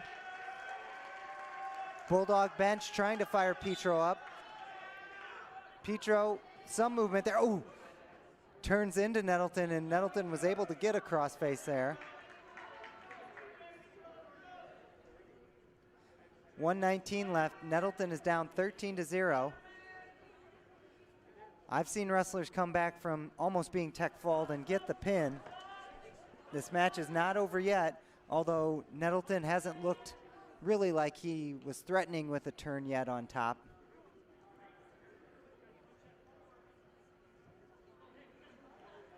Nettleton is just on the hips. He might get a stalling call. Petro tries a roll. He really didn't have much, just rolled, and Nettleton went right with him. There's the tech fall, and if Petro can't get near fall, that will end it. Bulldogs open it up with 5 points from Logan Petro.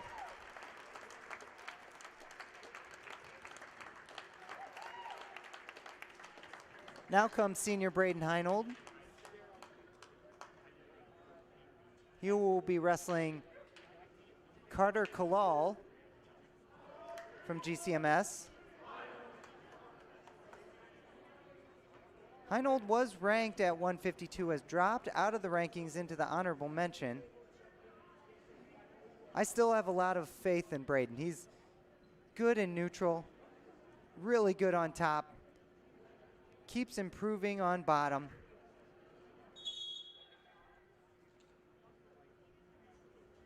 I like him when he wrestles outside the tie. I like that movement, like the head snaps, fake shots. Oh, good tap and go. Gets a double leg. Good lift, looks, oh, I thought he was gonna swim for the half, can't find it, but he gets the wrist. Look for a tilt here. Bulldogs love their tilts from this 2-on-1 wrist situation. Oh, he's going for a wing. Looks like he has the wing tilt or a bar tilt, as Coach Ledden calls it.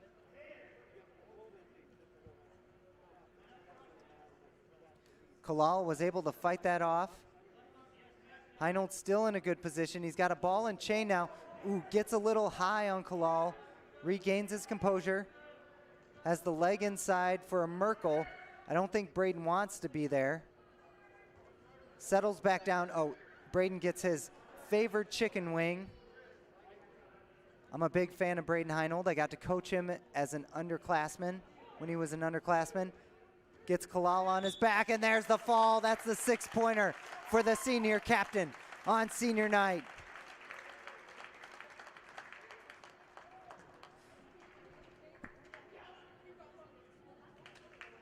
Big fan of Braden Heinold, a good young man. Has a bright future in whatever he does. Excited to see him finish off his senior year strong. Up now, Jacob Dobbins. Many of his teammates think he's Cyborg. Call him the Dobbinator. Comes in with a heavy collar tie. Very physical here. Dobbins is wrestling Kellen DeShepper from GCMS. Ooh, hard snap down. He might. Unnecessary roughness from the Dobbinator. Big head club there. Shows no emotions, takes no prisoners. Dobbins now a snap down, shucking from the front headlock. That was great. Tries to get the leg in, but good wrist control. Good physical wrestling from Dobbins. Power half here, getting back points. Oh, recovers well from that lost position there.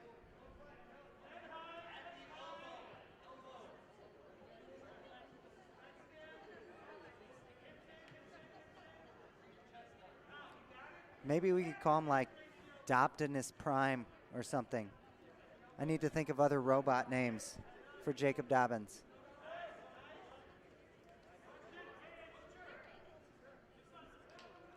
I love his activity level and physicality here with less than a minute to go in the first period.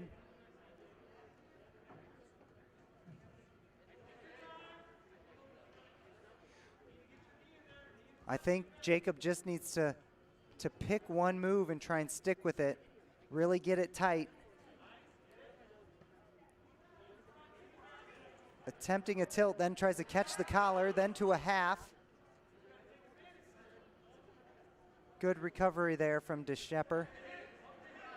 Far side cradle with 25 seconds left. Dobbins takes him back.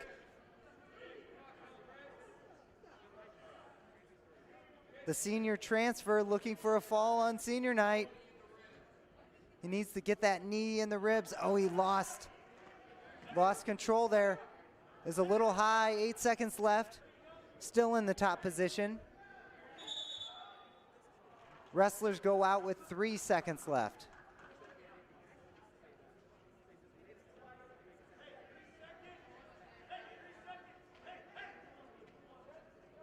Coach Ledden instructing Jacob to block the thighs just like that. Double thigh pry to stop the first move.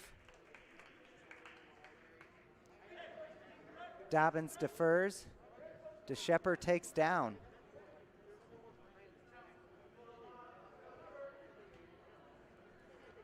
(5-1) at the start of this second period. Dobbins gets the leg in, goes to a power half.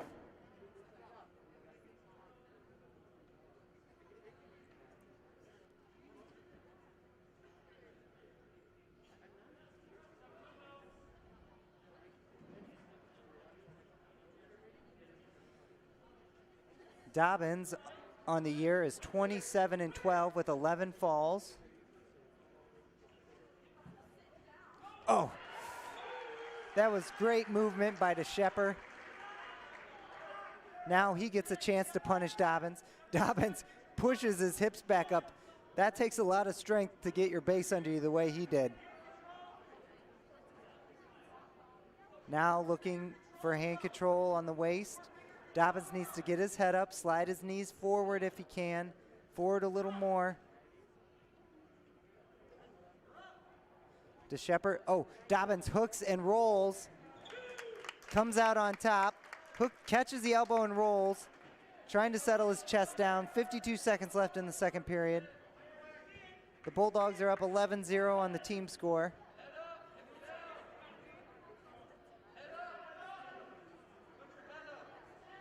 Dobbins could probably get fully off the legs and get his chest sunk down a little bit.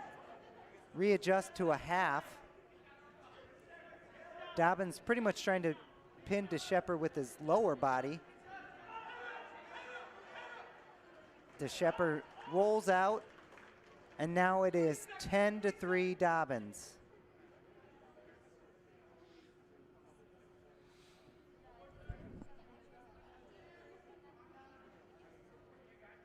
(8 seconds left to go in the 160-pound match.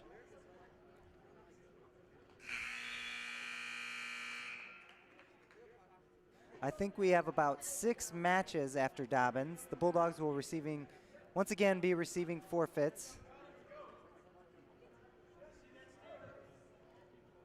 They are receiving at least 4 forfeits from Gibson City from what I can tell. Dobbins to his feet, looking for hand control. Oh, DeShepard takes him straight back. Dobbins needs to keep moving. Oh. DeShepard really doesn't have control of Dobbins. Dobbins should be able to pop up here and get the escape.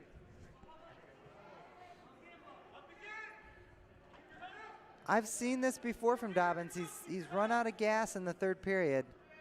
His battery cells have drained. There's 1:30 still left in this match.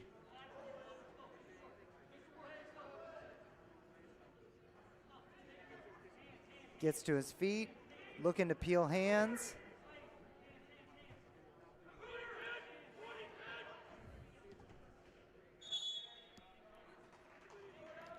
Action goes off with 1:08 left.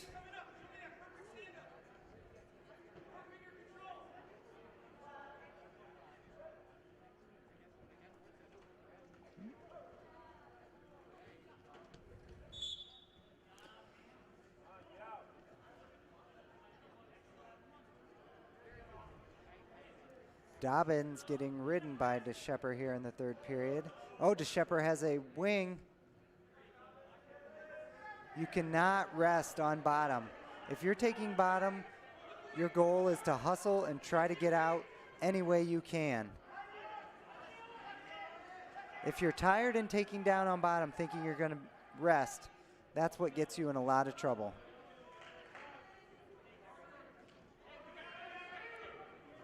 .30 seconds left. Dobbins only up by a decision. He's up 10-3.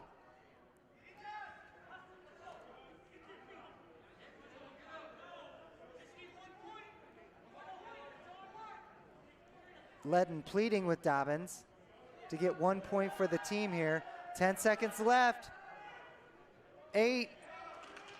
Oh, I think there's a locked hands call. Oh, but you cannot be put in danger after a locked hands call. So there's the major decision. DeShepard gives Dobbins the call. Not a great 3rd period for Jacob.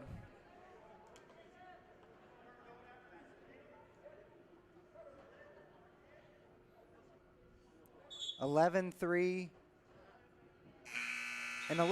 victory for Jacob Dobbins. He will now plug in and recharge. Bulldogs go up 14-0. Wrestling next.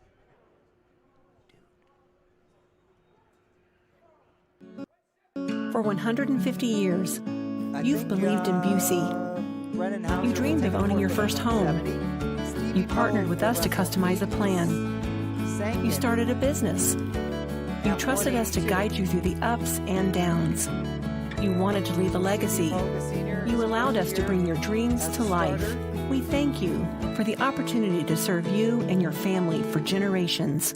Busey, fulfilling dreams since 1868. Pogue with a tap and go shot, head in the middle double. Gets the takedown in the first 10 seconds.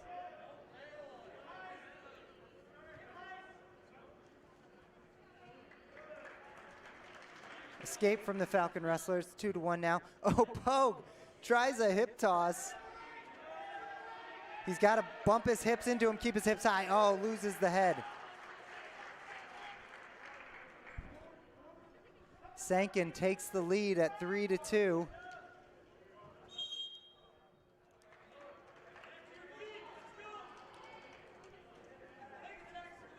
Pogue wanted some fireworks on senior night, missed that hip toss.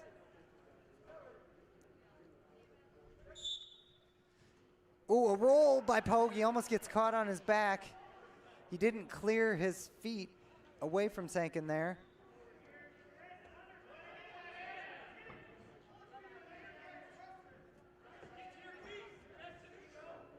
Now Sankin almost has the wing in.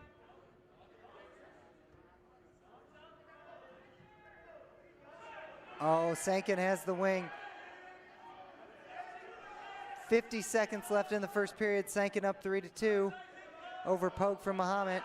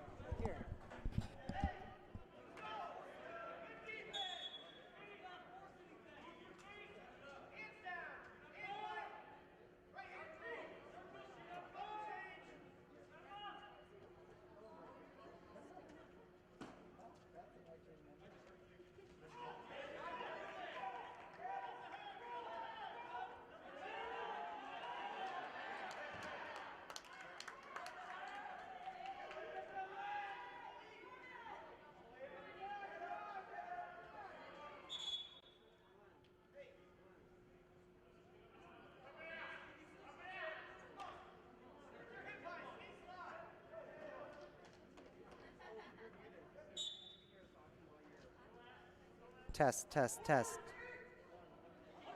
Test, test, test. Okay, I don't hear you anymore. Okay. Hold on. Now talk again.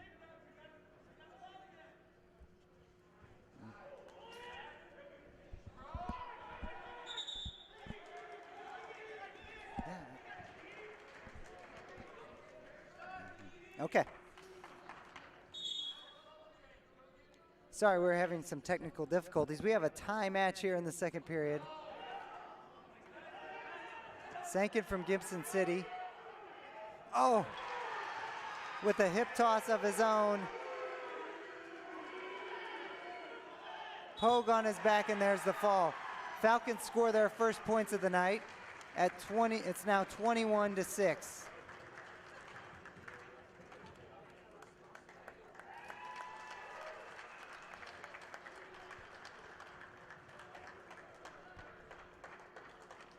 Mateo Casillas will take a forfeit at 195. Colton Crowley will wrestle Aiden Lage from Gibson City. Colton is honorable mention at heavyweight. He comes in with a record of 32-11 with 15 falls.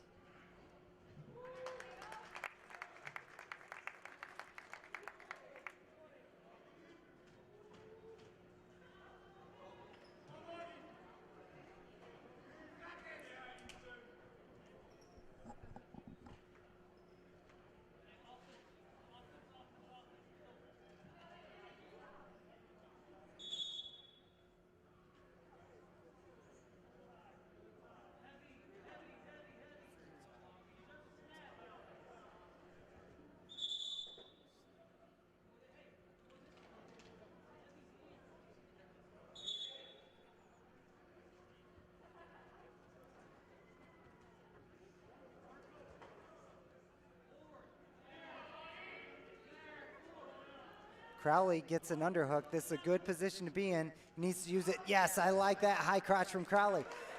Oh, and plants Lage on his back. That was a good shot from Crowley. He's got his 3 back points, releases Lage off his back. Wrestlers go out of bounds. 1:21 left in the first period. Crowley's releasing Lage.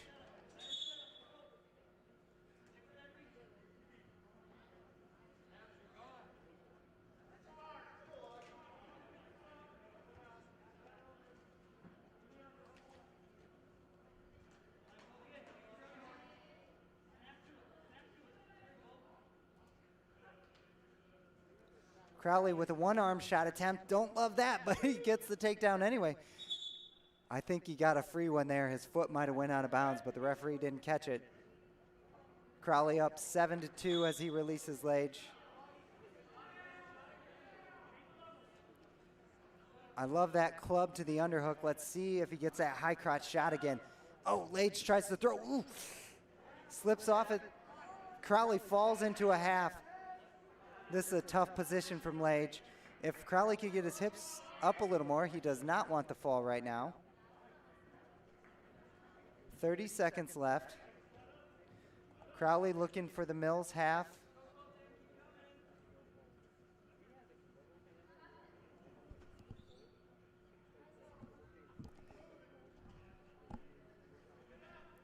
"15 seconds left. Crowley up 12-2.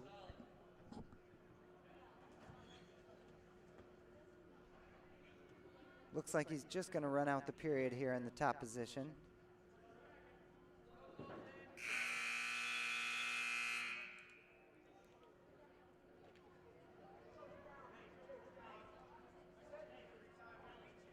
Crowley chooses down to open this second period. Outside step on the stand-up, then returns to his knees looking for a side door Granby, and he does. Up 14-2, releases Lage, 14-3 now. I haven't got to see Colton wrestle much this year. I like what I've seen from him in this match. I want to see him use this underhook again. He had such a great high crotch shot in the first period. Oh, just throws Lage by. 16-3. It's now 16-4.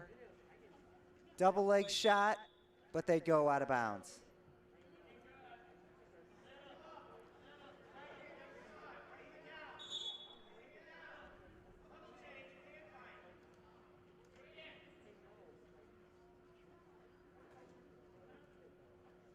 Crowley throws it by, drags Lage down, gets the 2 points to go up 18-4.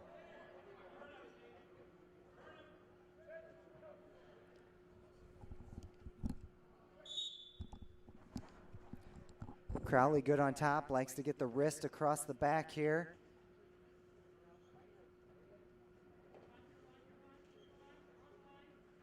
Oh, Lage just turns into Crowley. Crowley didn't have to work hard for this one. He's got 58 seconds to get this fall. There it is, and another 6-pointer for the Bulldogs. They will go up 33-6, leading into the heavyweight match. Camden Harms will wrestle Marcus Miguel in our 285-pound bout.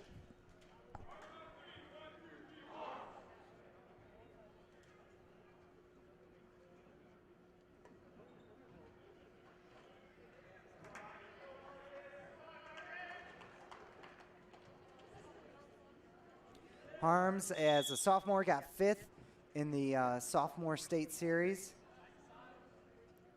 Usually those place winners in the Fresh Soft State Series come through as place winners at the varsity level. Good hand finding here. Oh, Miguel looks like a strong wrestler. Throws Harms by, but no takedown yet. Harms tries a reshot, traps the arm, gets Miguel on his back. Good re-attack there by Harms. Trying to settle in with a half. 1:30 left in this first period.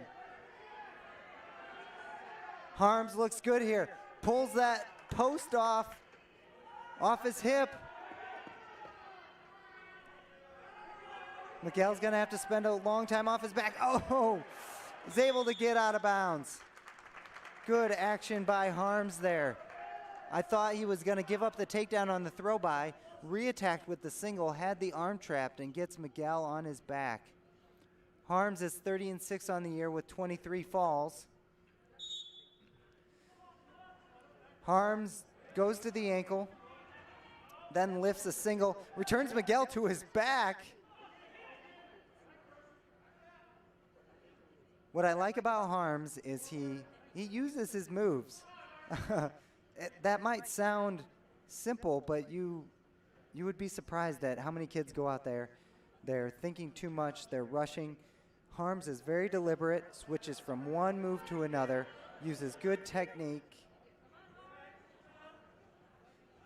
Hopping sides with the half here. Harms needs to drop his chest or surfboard. He needs to get chest to chest here.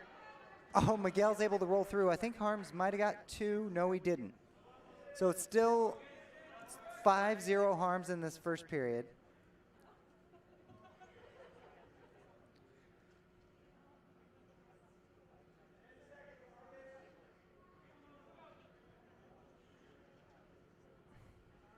Harms with the wrist, gonna end the period here. Bulldogs up 33-6.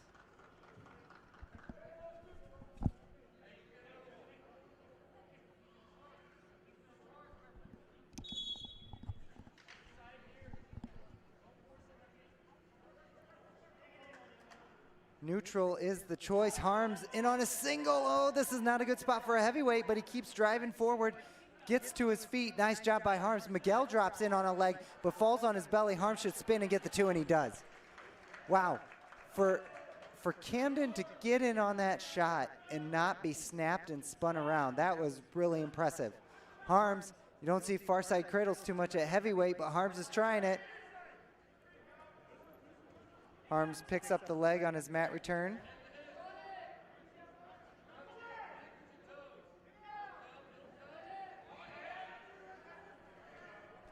Harms catches, gets Miguel on his back, and there's the fall. Another 6-pointer for the Bulldogs. 39-6 now.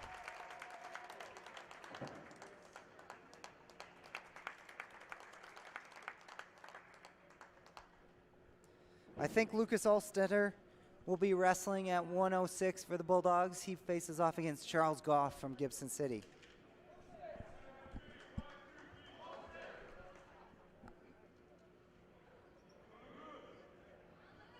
Lucas, the 106-pounder, I saw him watching Bulldog TV on the varsity football team. Pretty gutsy and amazing for such a small guy to be playing football. I know I decided to run cross country when it came to high school because I was that small.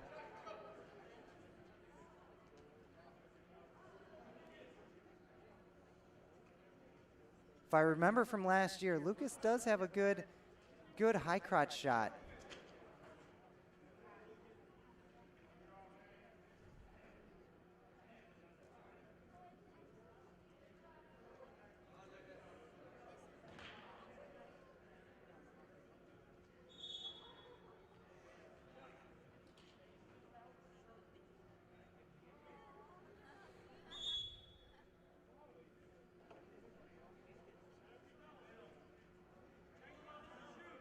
Oh, Lucas looks, on those level changes, it looks like he could take that shot.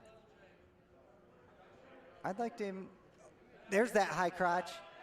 He shoots, yeah, that's right. He shoots a right side high crotch, which I would say is the less common side to shoot that high crotch.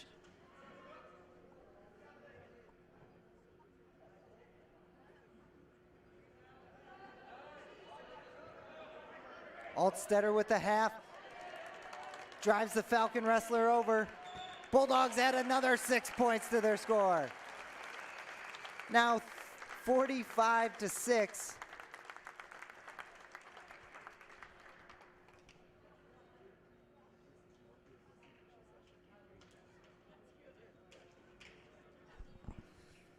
All right, at 113, Caden Hatton, who's actually the number 4 ranked wrestler at 106 in 2A, is going to wrestle Jacob Howell from Gibson City, Melvin Sibley.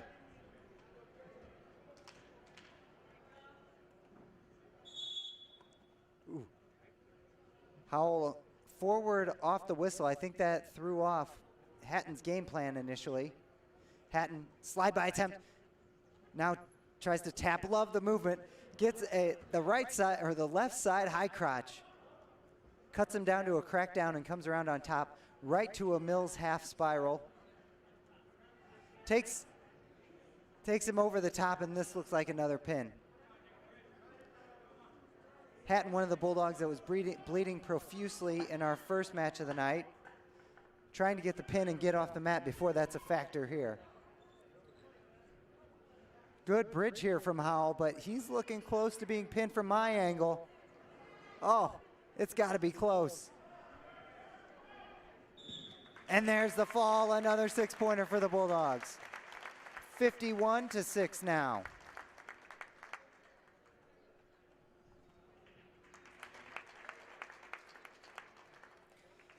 Camden Heinold will wrestle Sean Schlickman from Gibson City in our 120-pound match.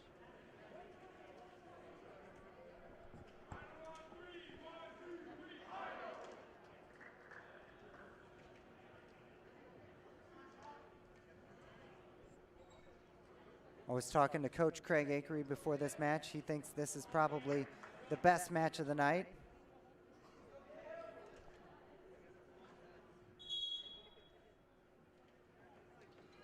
Collar ties straight off the bat for these wrestlers. Heinold has outside elbow control, can't use it. Ooh, good club from Schlickman and a sweep single.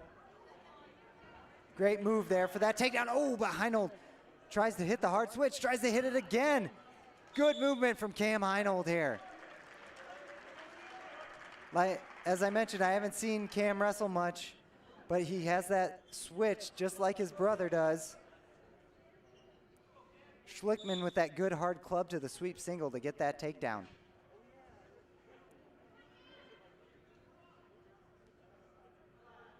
Schlickman with the wing, and I believe he has the wrist. It's not just a tight waist. Good stand up there from Heinold. Ooh, taken back down.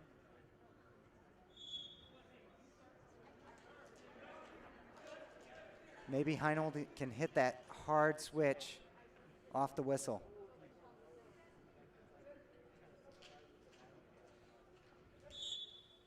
Stand-up attempt.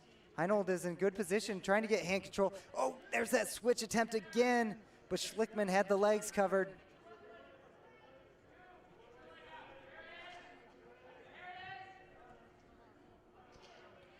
Good ride here from Schlickman. 57 seconds left in this 120-pound match.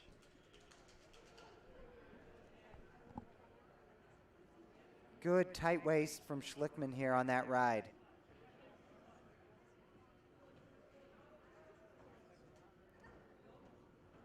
Heinold's going to get a fresh start with 39 seconds left.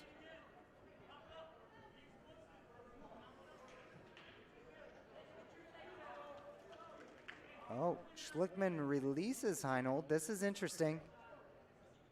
Oh, shot off the whistle, can't get it.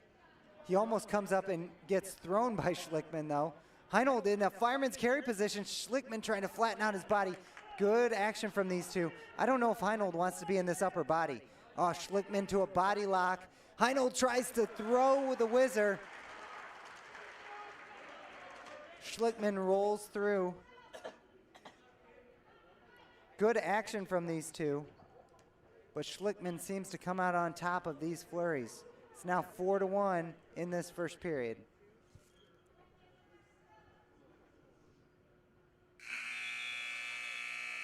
What I like about Schlickman on top is you could tell he gets the tight waist. I was also a tight waist rider, and you see Schlickman's hand, sometimes his palm's wrapped all the way around on Heinold's kidney.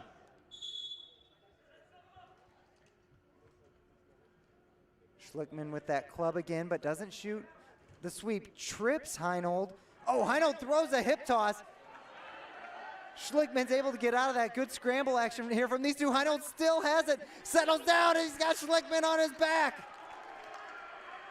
Heinold trying to settle his hips. Schlickman with great strength gets the reversal. It is 5-7 with 1:30 left in the second period.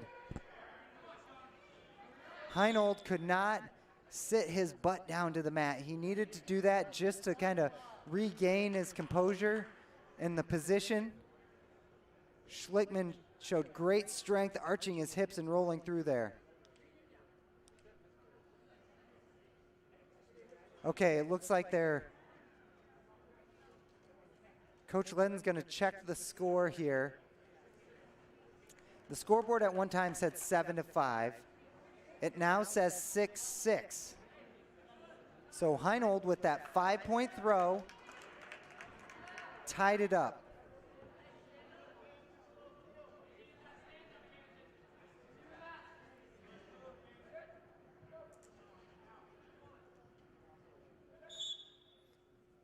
Heinold in good position here. Schlickman trips forward, gets Heinold down to that base. What's happening there is Heinold is getting a good first move. Looks like he has okay hand control. He's just not getting his hips away from Schlickman and back pressure into Schlickman. He needs to create a little more space between their bodies on that stand-up. Schlickman with a collar and a good tight waist. There, Heinold gets up. Oh, felt the pressure. That was slick from Cam Heinold. I don't know if you teach that. That's just a feel thing. That wasn't necessarily a move. Heinold with the reversal takes an 8-6 lead. Great match between these two. Schlickman tries to kick out of it. Heinold follows, might have a far side cradle. At any rate, the action slows down on the edge. 25 seconds left in the second period. Heinold has a banana splits. His leg kind of fell in accidentally. Oh. Heinold just has to stay with his hips on top. Now he's looking cradle. He's got to keep his head up. You saw Schlickman try to reach back there. If Heinold could get power half here, rotate his hands behind the head. He hangs on. What a reversal. I believe it was 4-1 after the first period. Now it's 8-6 Heinold after 2. Heinold chooses down. Schlickman cuts him. I would say Schlickman has had the advantage in neutral. It's 9-6 Heinold, so Schlickman will probably try and get 2 takedowns to win this match. Oh, there's a tap down to a single. Heinold with a whizzer.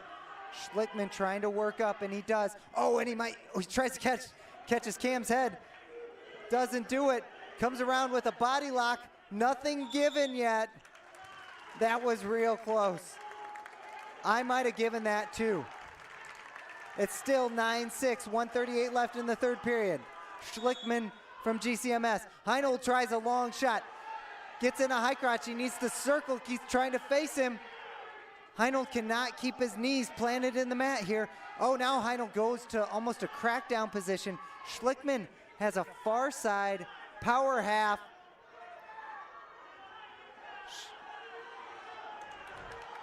Oh, Schlickman turns his hip. Heinold can. Oh, Schlickman goes to a more conventional. Oh, an arm throw. What is going on here? Heinold arm throws Schlickman to his back. One minute left in the third period. Heinold up 11-6, has 3 more in his back pocket. Heinold catching his breath, trying to settle in. Schlickman is strong. Do not doubt that he can arch off his back here. Heinold hanging out here, 35 seconds left. He has 3 more back points coming his way, so he's up 14-6. Schlickman gets off his back. Back points awarded, comes up to a double, gets a reversal. 20 seconds left, it's 14-8. Heinold is in control. He doesn't have any stalling calls. Schlickman cuts Heinold. Camden, stay away. Hey, that was smart. He dives at his legs. Oh, this is smart wrestling by Cam Heinold. Looking at the clock, he is going to win this match 15-2, 10. Woo!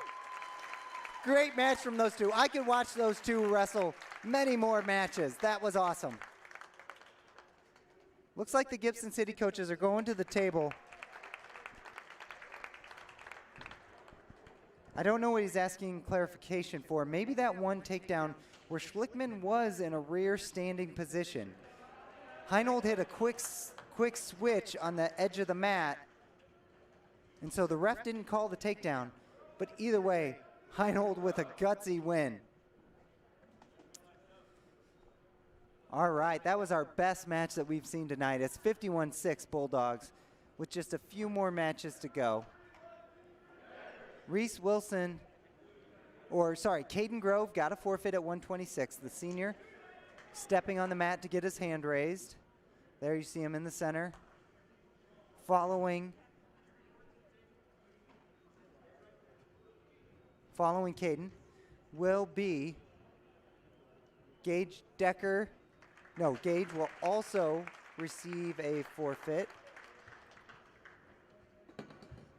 And then that will bring us to our 138. Talan Pollock will wrestle Carson Maxey from GCMS. This, I believe, is our last match of the night.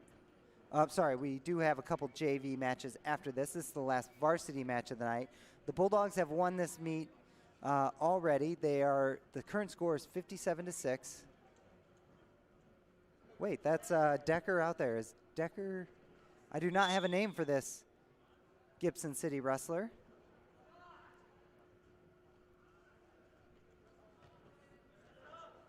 Decker with a shot attempt.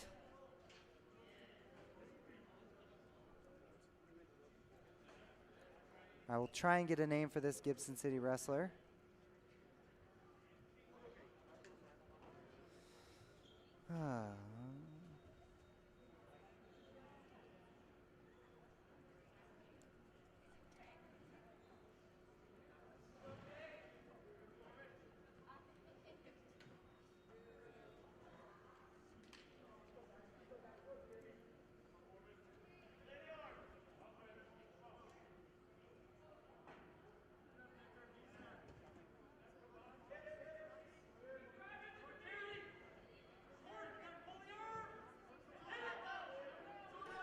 Okay, I have a name for this wrestler. It is Corbin Rangel from Gibson City. 50 seconds left in this first period.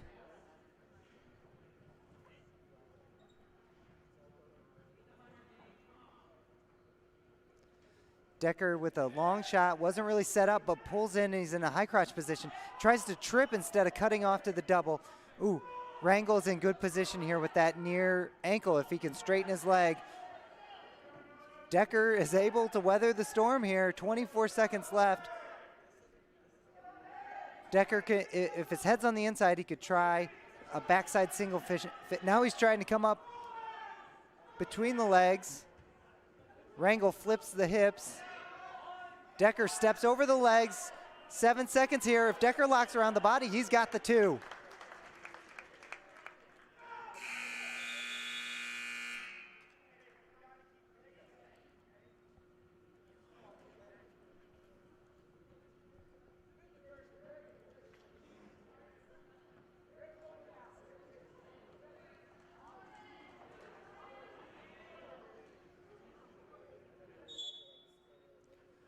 Switch attempt or a knee slide attempt there maybe from Rangel.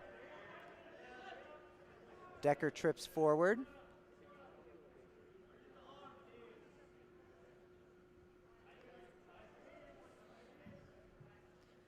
Two-on-one from Decker. It looks like he's trying to tilt. Doesn't really have Rangel tight. He's really got to get his elbows. Decker needs to pinch his elbows to his sides, but he gets Rangel on his back and is getting back points. If he can slowly work his way up the body, he might be able to get the pin here. Oh, he lets go of the arm. Rangel returns to his belly. Decker now trying a Mills half straight over the top. We've seen this a couple times for the Bulldogs. This looks good. There's the fall and another 6-pointer for the Bulldogs. It is now 66-6 going into our last varsity match. And Coach Ledden, in the interest of all our time, has decided to replace Talan Pollock with Caleb Bundren in the last match against Carson Maxey. We at least know that there will not be extra blood time, or hopefully there won't be.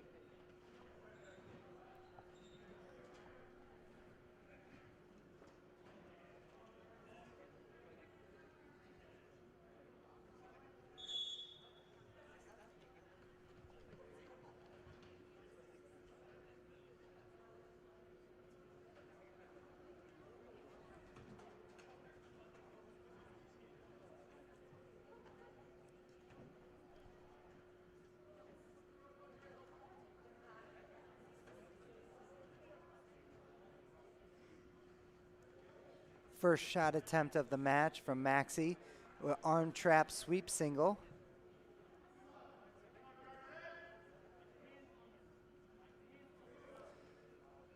Maxie's going to try a tilt of his own. Gives up on it. Bundren, is in good position. Oh, if he would have just kept working the hands and stood up.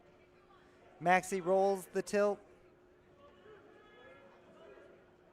Bundren was in great position with his knees under his chest, his elbows into his sides. He just had to catch one of Maxie's hands and he would have been out. Looks like Maxie also prefers tilts, trying to work a variety of holds. Tight waist from Maxie there, good chop.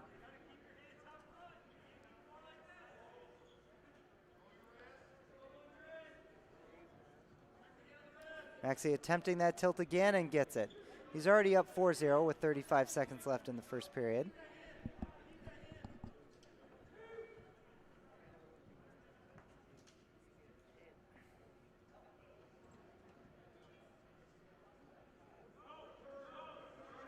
Oh, Maxie's able to slide in the chicken wing.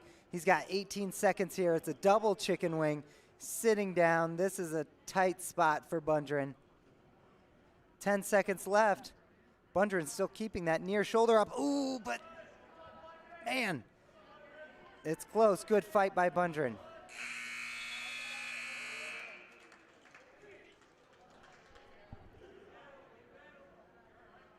Maxie takes a 9-0 lead into the second period.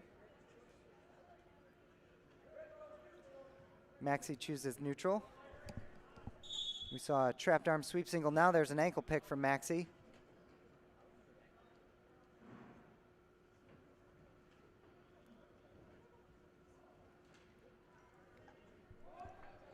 Maxie cuts Bundren. 11-1 now. Bundren with a shot attempt.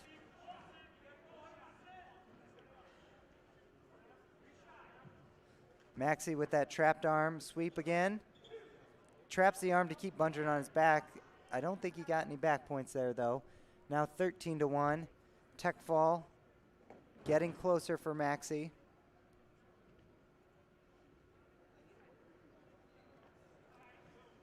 Now he has that chicken wing again. Sits it. There's the fall. That will end this varsity meet.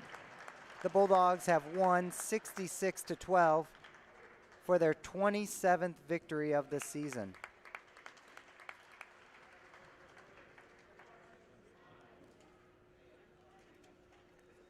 We will have a few JV matches before our night wraps up. After this, the Bulldogs will not be in action until the 5th, February 5th for the regional, where I would assume they are favorites.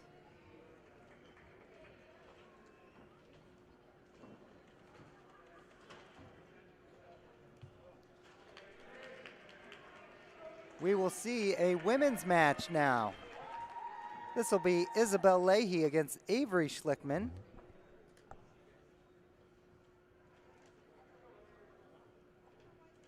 It was probably a brother or cousin who wrestled Cam Heinold earlier this meet.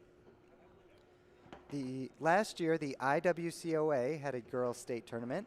Isabel Leahy is a returning all-stater. This year, the IHSA is holding their first official girls' state tournament. I don't believe there are any classes. I think it's all one class for the girls.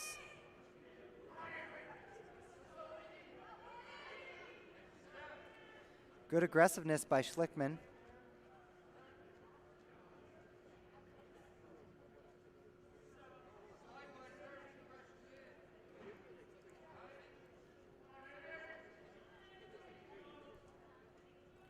Isabel Leahy in boys varsity competition is 13-19, where these might be all matches, including girls. Oh, Isabel Leahy tried to duck under, got her head stuck.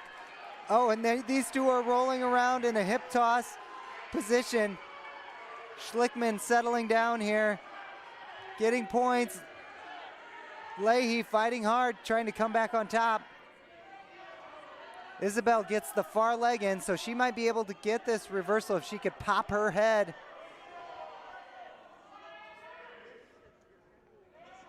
Leahy's pretty good here. I think she'll get the reversal because the grip has been broken. No, they go off. No points. 4-0 early lead here for Schlickman in this match.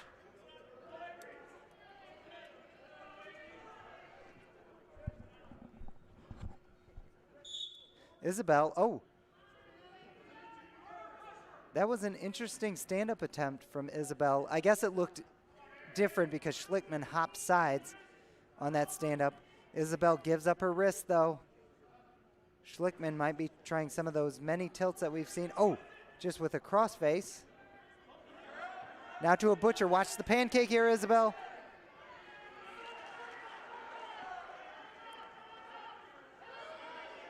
Schlickman trying to work the butcher.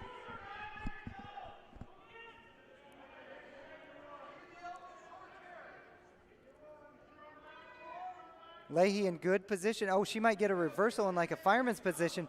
Oh, Schlickman attempted a cradle but didn't have it quite locked up right. Leahy gets the reversal.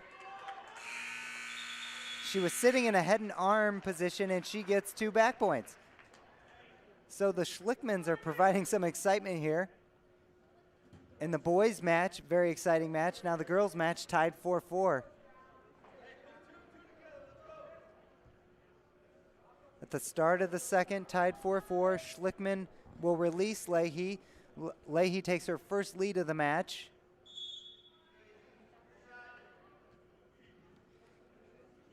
Isabel had a duck under that she didn't quite turn the corner on, and Schlickman was able to hip toss her.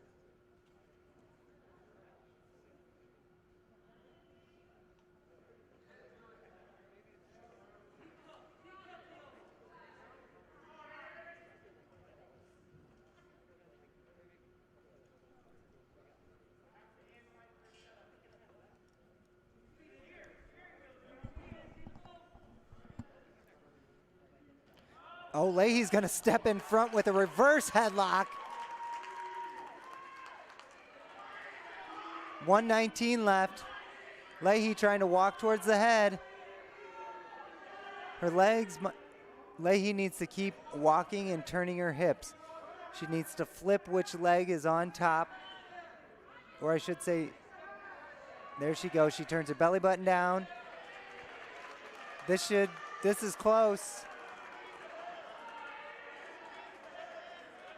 Leahy trying to settle down. 52 seconds left in the second period.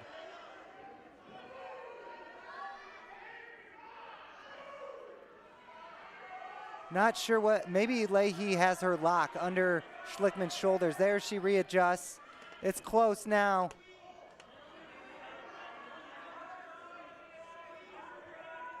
If Isabel picks up that elbow there, that's a better adjustment. Now circle to the head.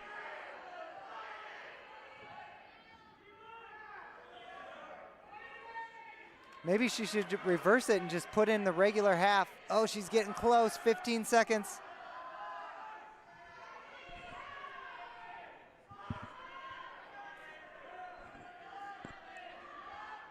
Five seconds.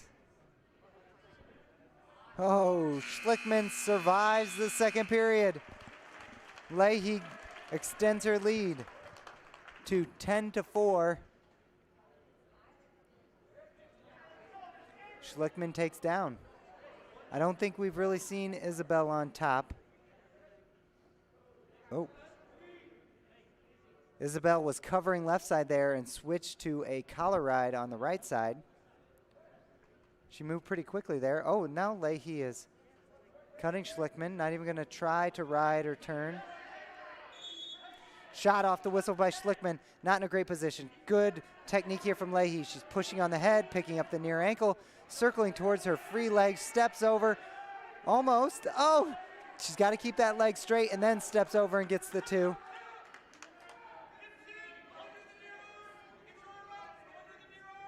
You hear Ledden telling Isabel to get under the near arm. Oh, now she slips in a half in the wrist. She just needs to drop her chest a little bit, drive forward.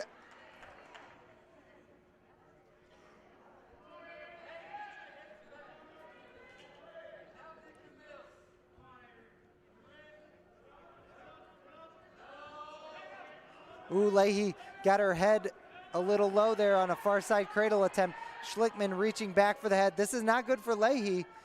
Schlickman has good, strong position here.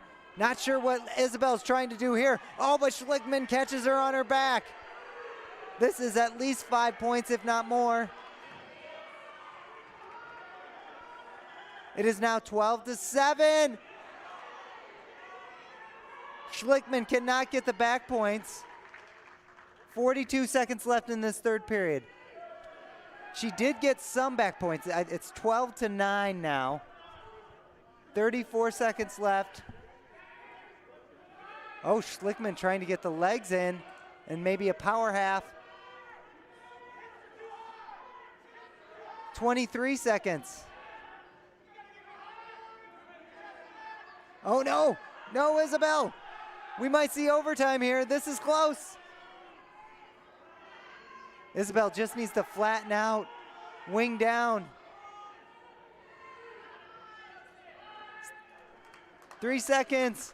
Leahy will survive a back and forth match. 12-9 victory for Isabel Leahy.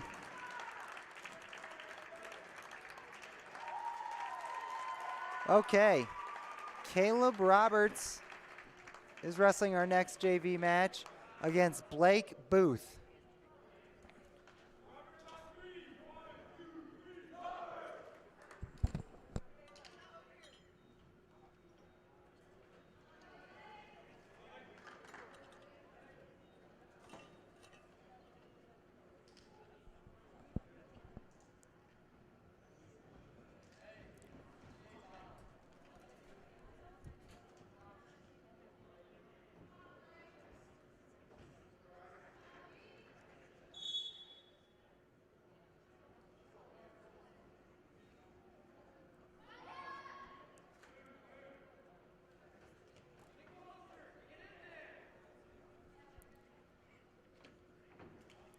Caleb with a shot from distance.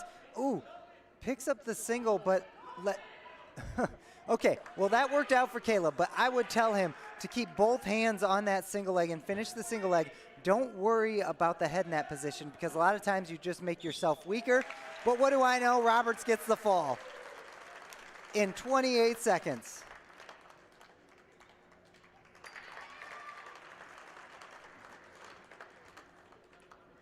Yeah, you see that a lot with younger wrestlers. They'll get in that single leg. Their opponent will drop their head down just a little bit, so they'll let go of the single leg with both hands, reach up for the head, and a lot of times they lose their power. They lose their grip, and that defending wrestler can kick out. Okay, this is Cale Hillard wrestling against Keegan Steenbergen again. Oh, I missed what Hillard did, but he's got Steenbergen on his back. And that concludes our night. Bulldogs pick up 2 more victories. They end their regular season at 27-3, the 6th ranked team in 2A going into the regional. The next time that we will see you will be that regional broadcast on February 5th. Before I leave, I would like to thank our sponsors. If I can find my list here. I thank you for joining me. I am Nick Morphew, former Bulldog assistant and current youth club coach. Before I head out, I'd like to thank Andrew White Dentistry, Busey Bank, Christie Clinic, D1 Networks, FedEx of Champaign, Jackson Quality Construction, Subway of Mahomet, the Mahomet-Seymour Athletic Boosters, First State Bank of Forest, and BSN Sports. So that concludes our coverage of Bulldog Wrestling. Thank you for joining me, and have a good night.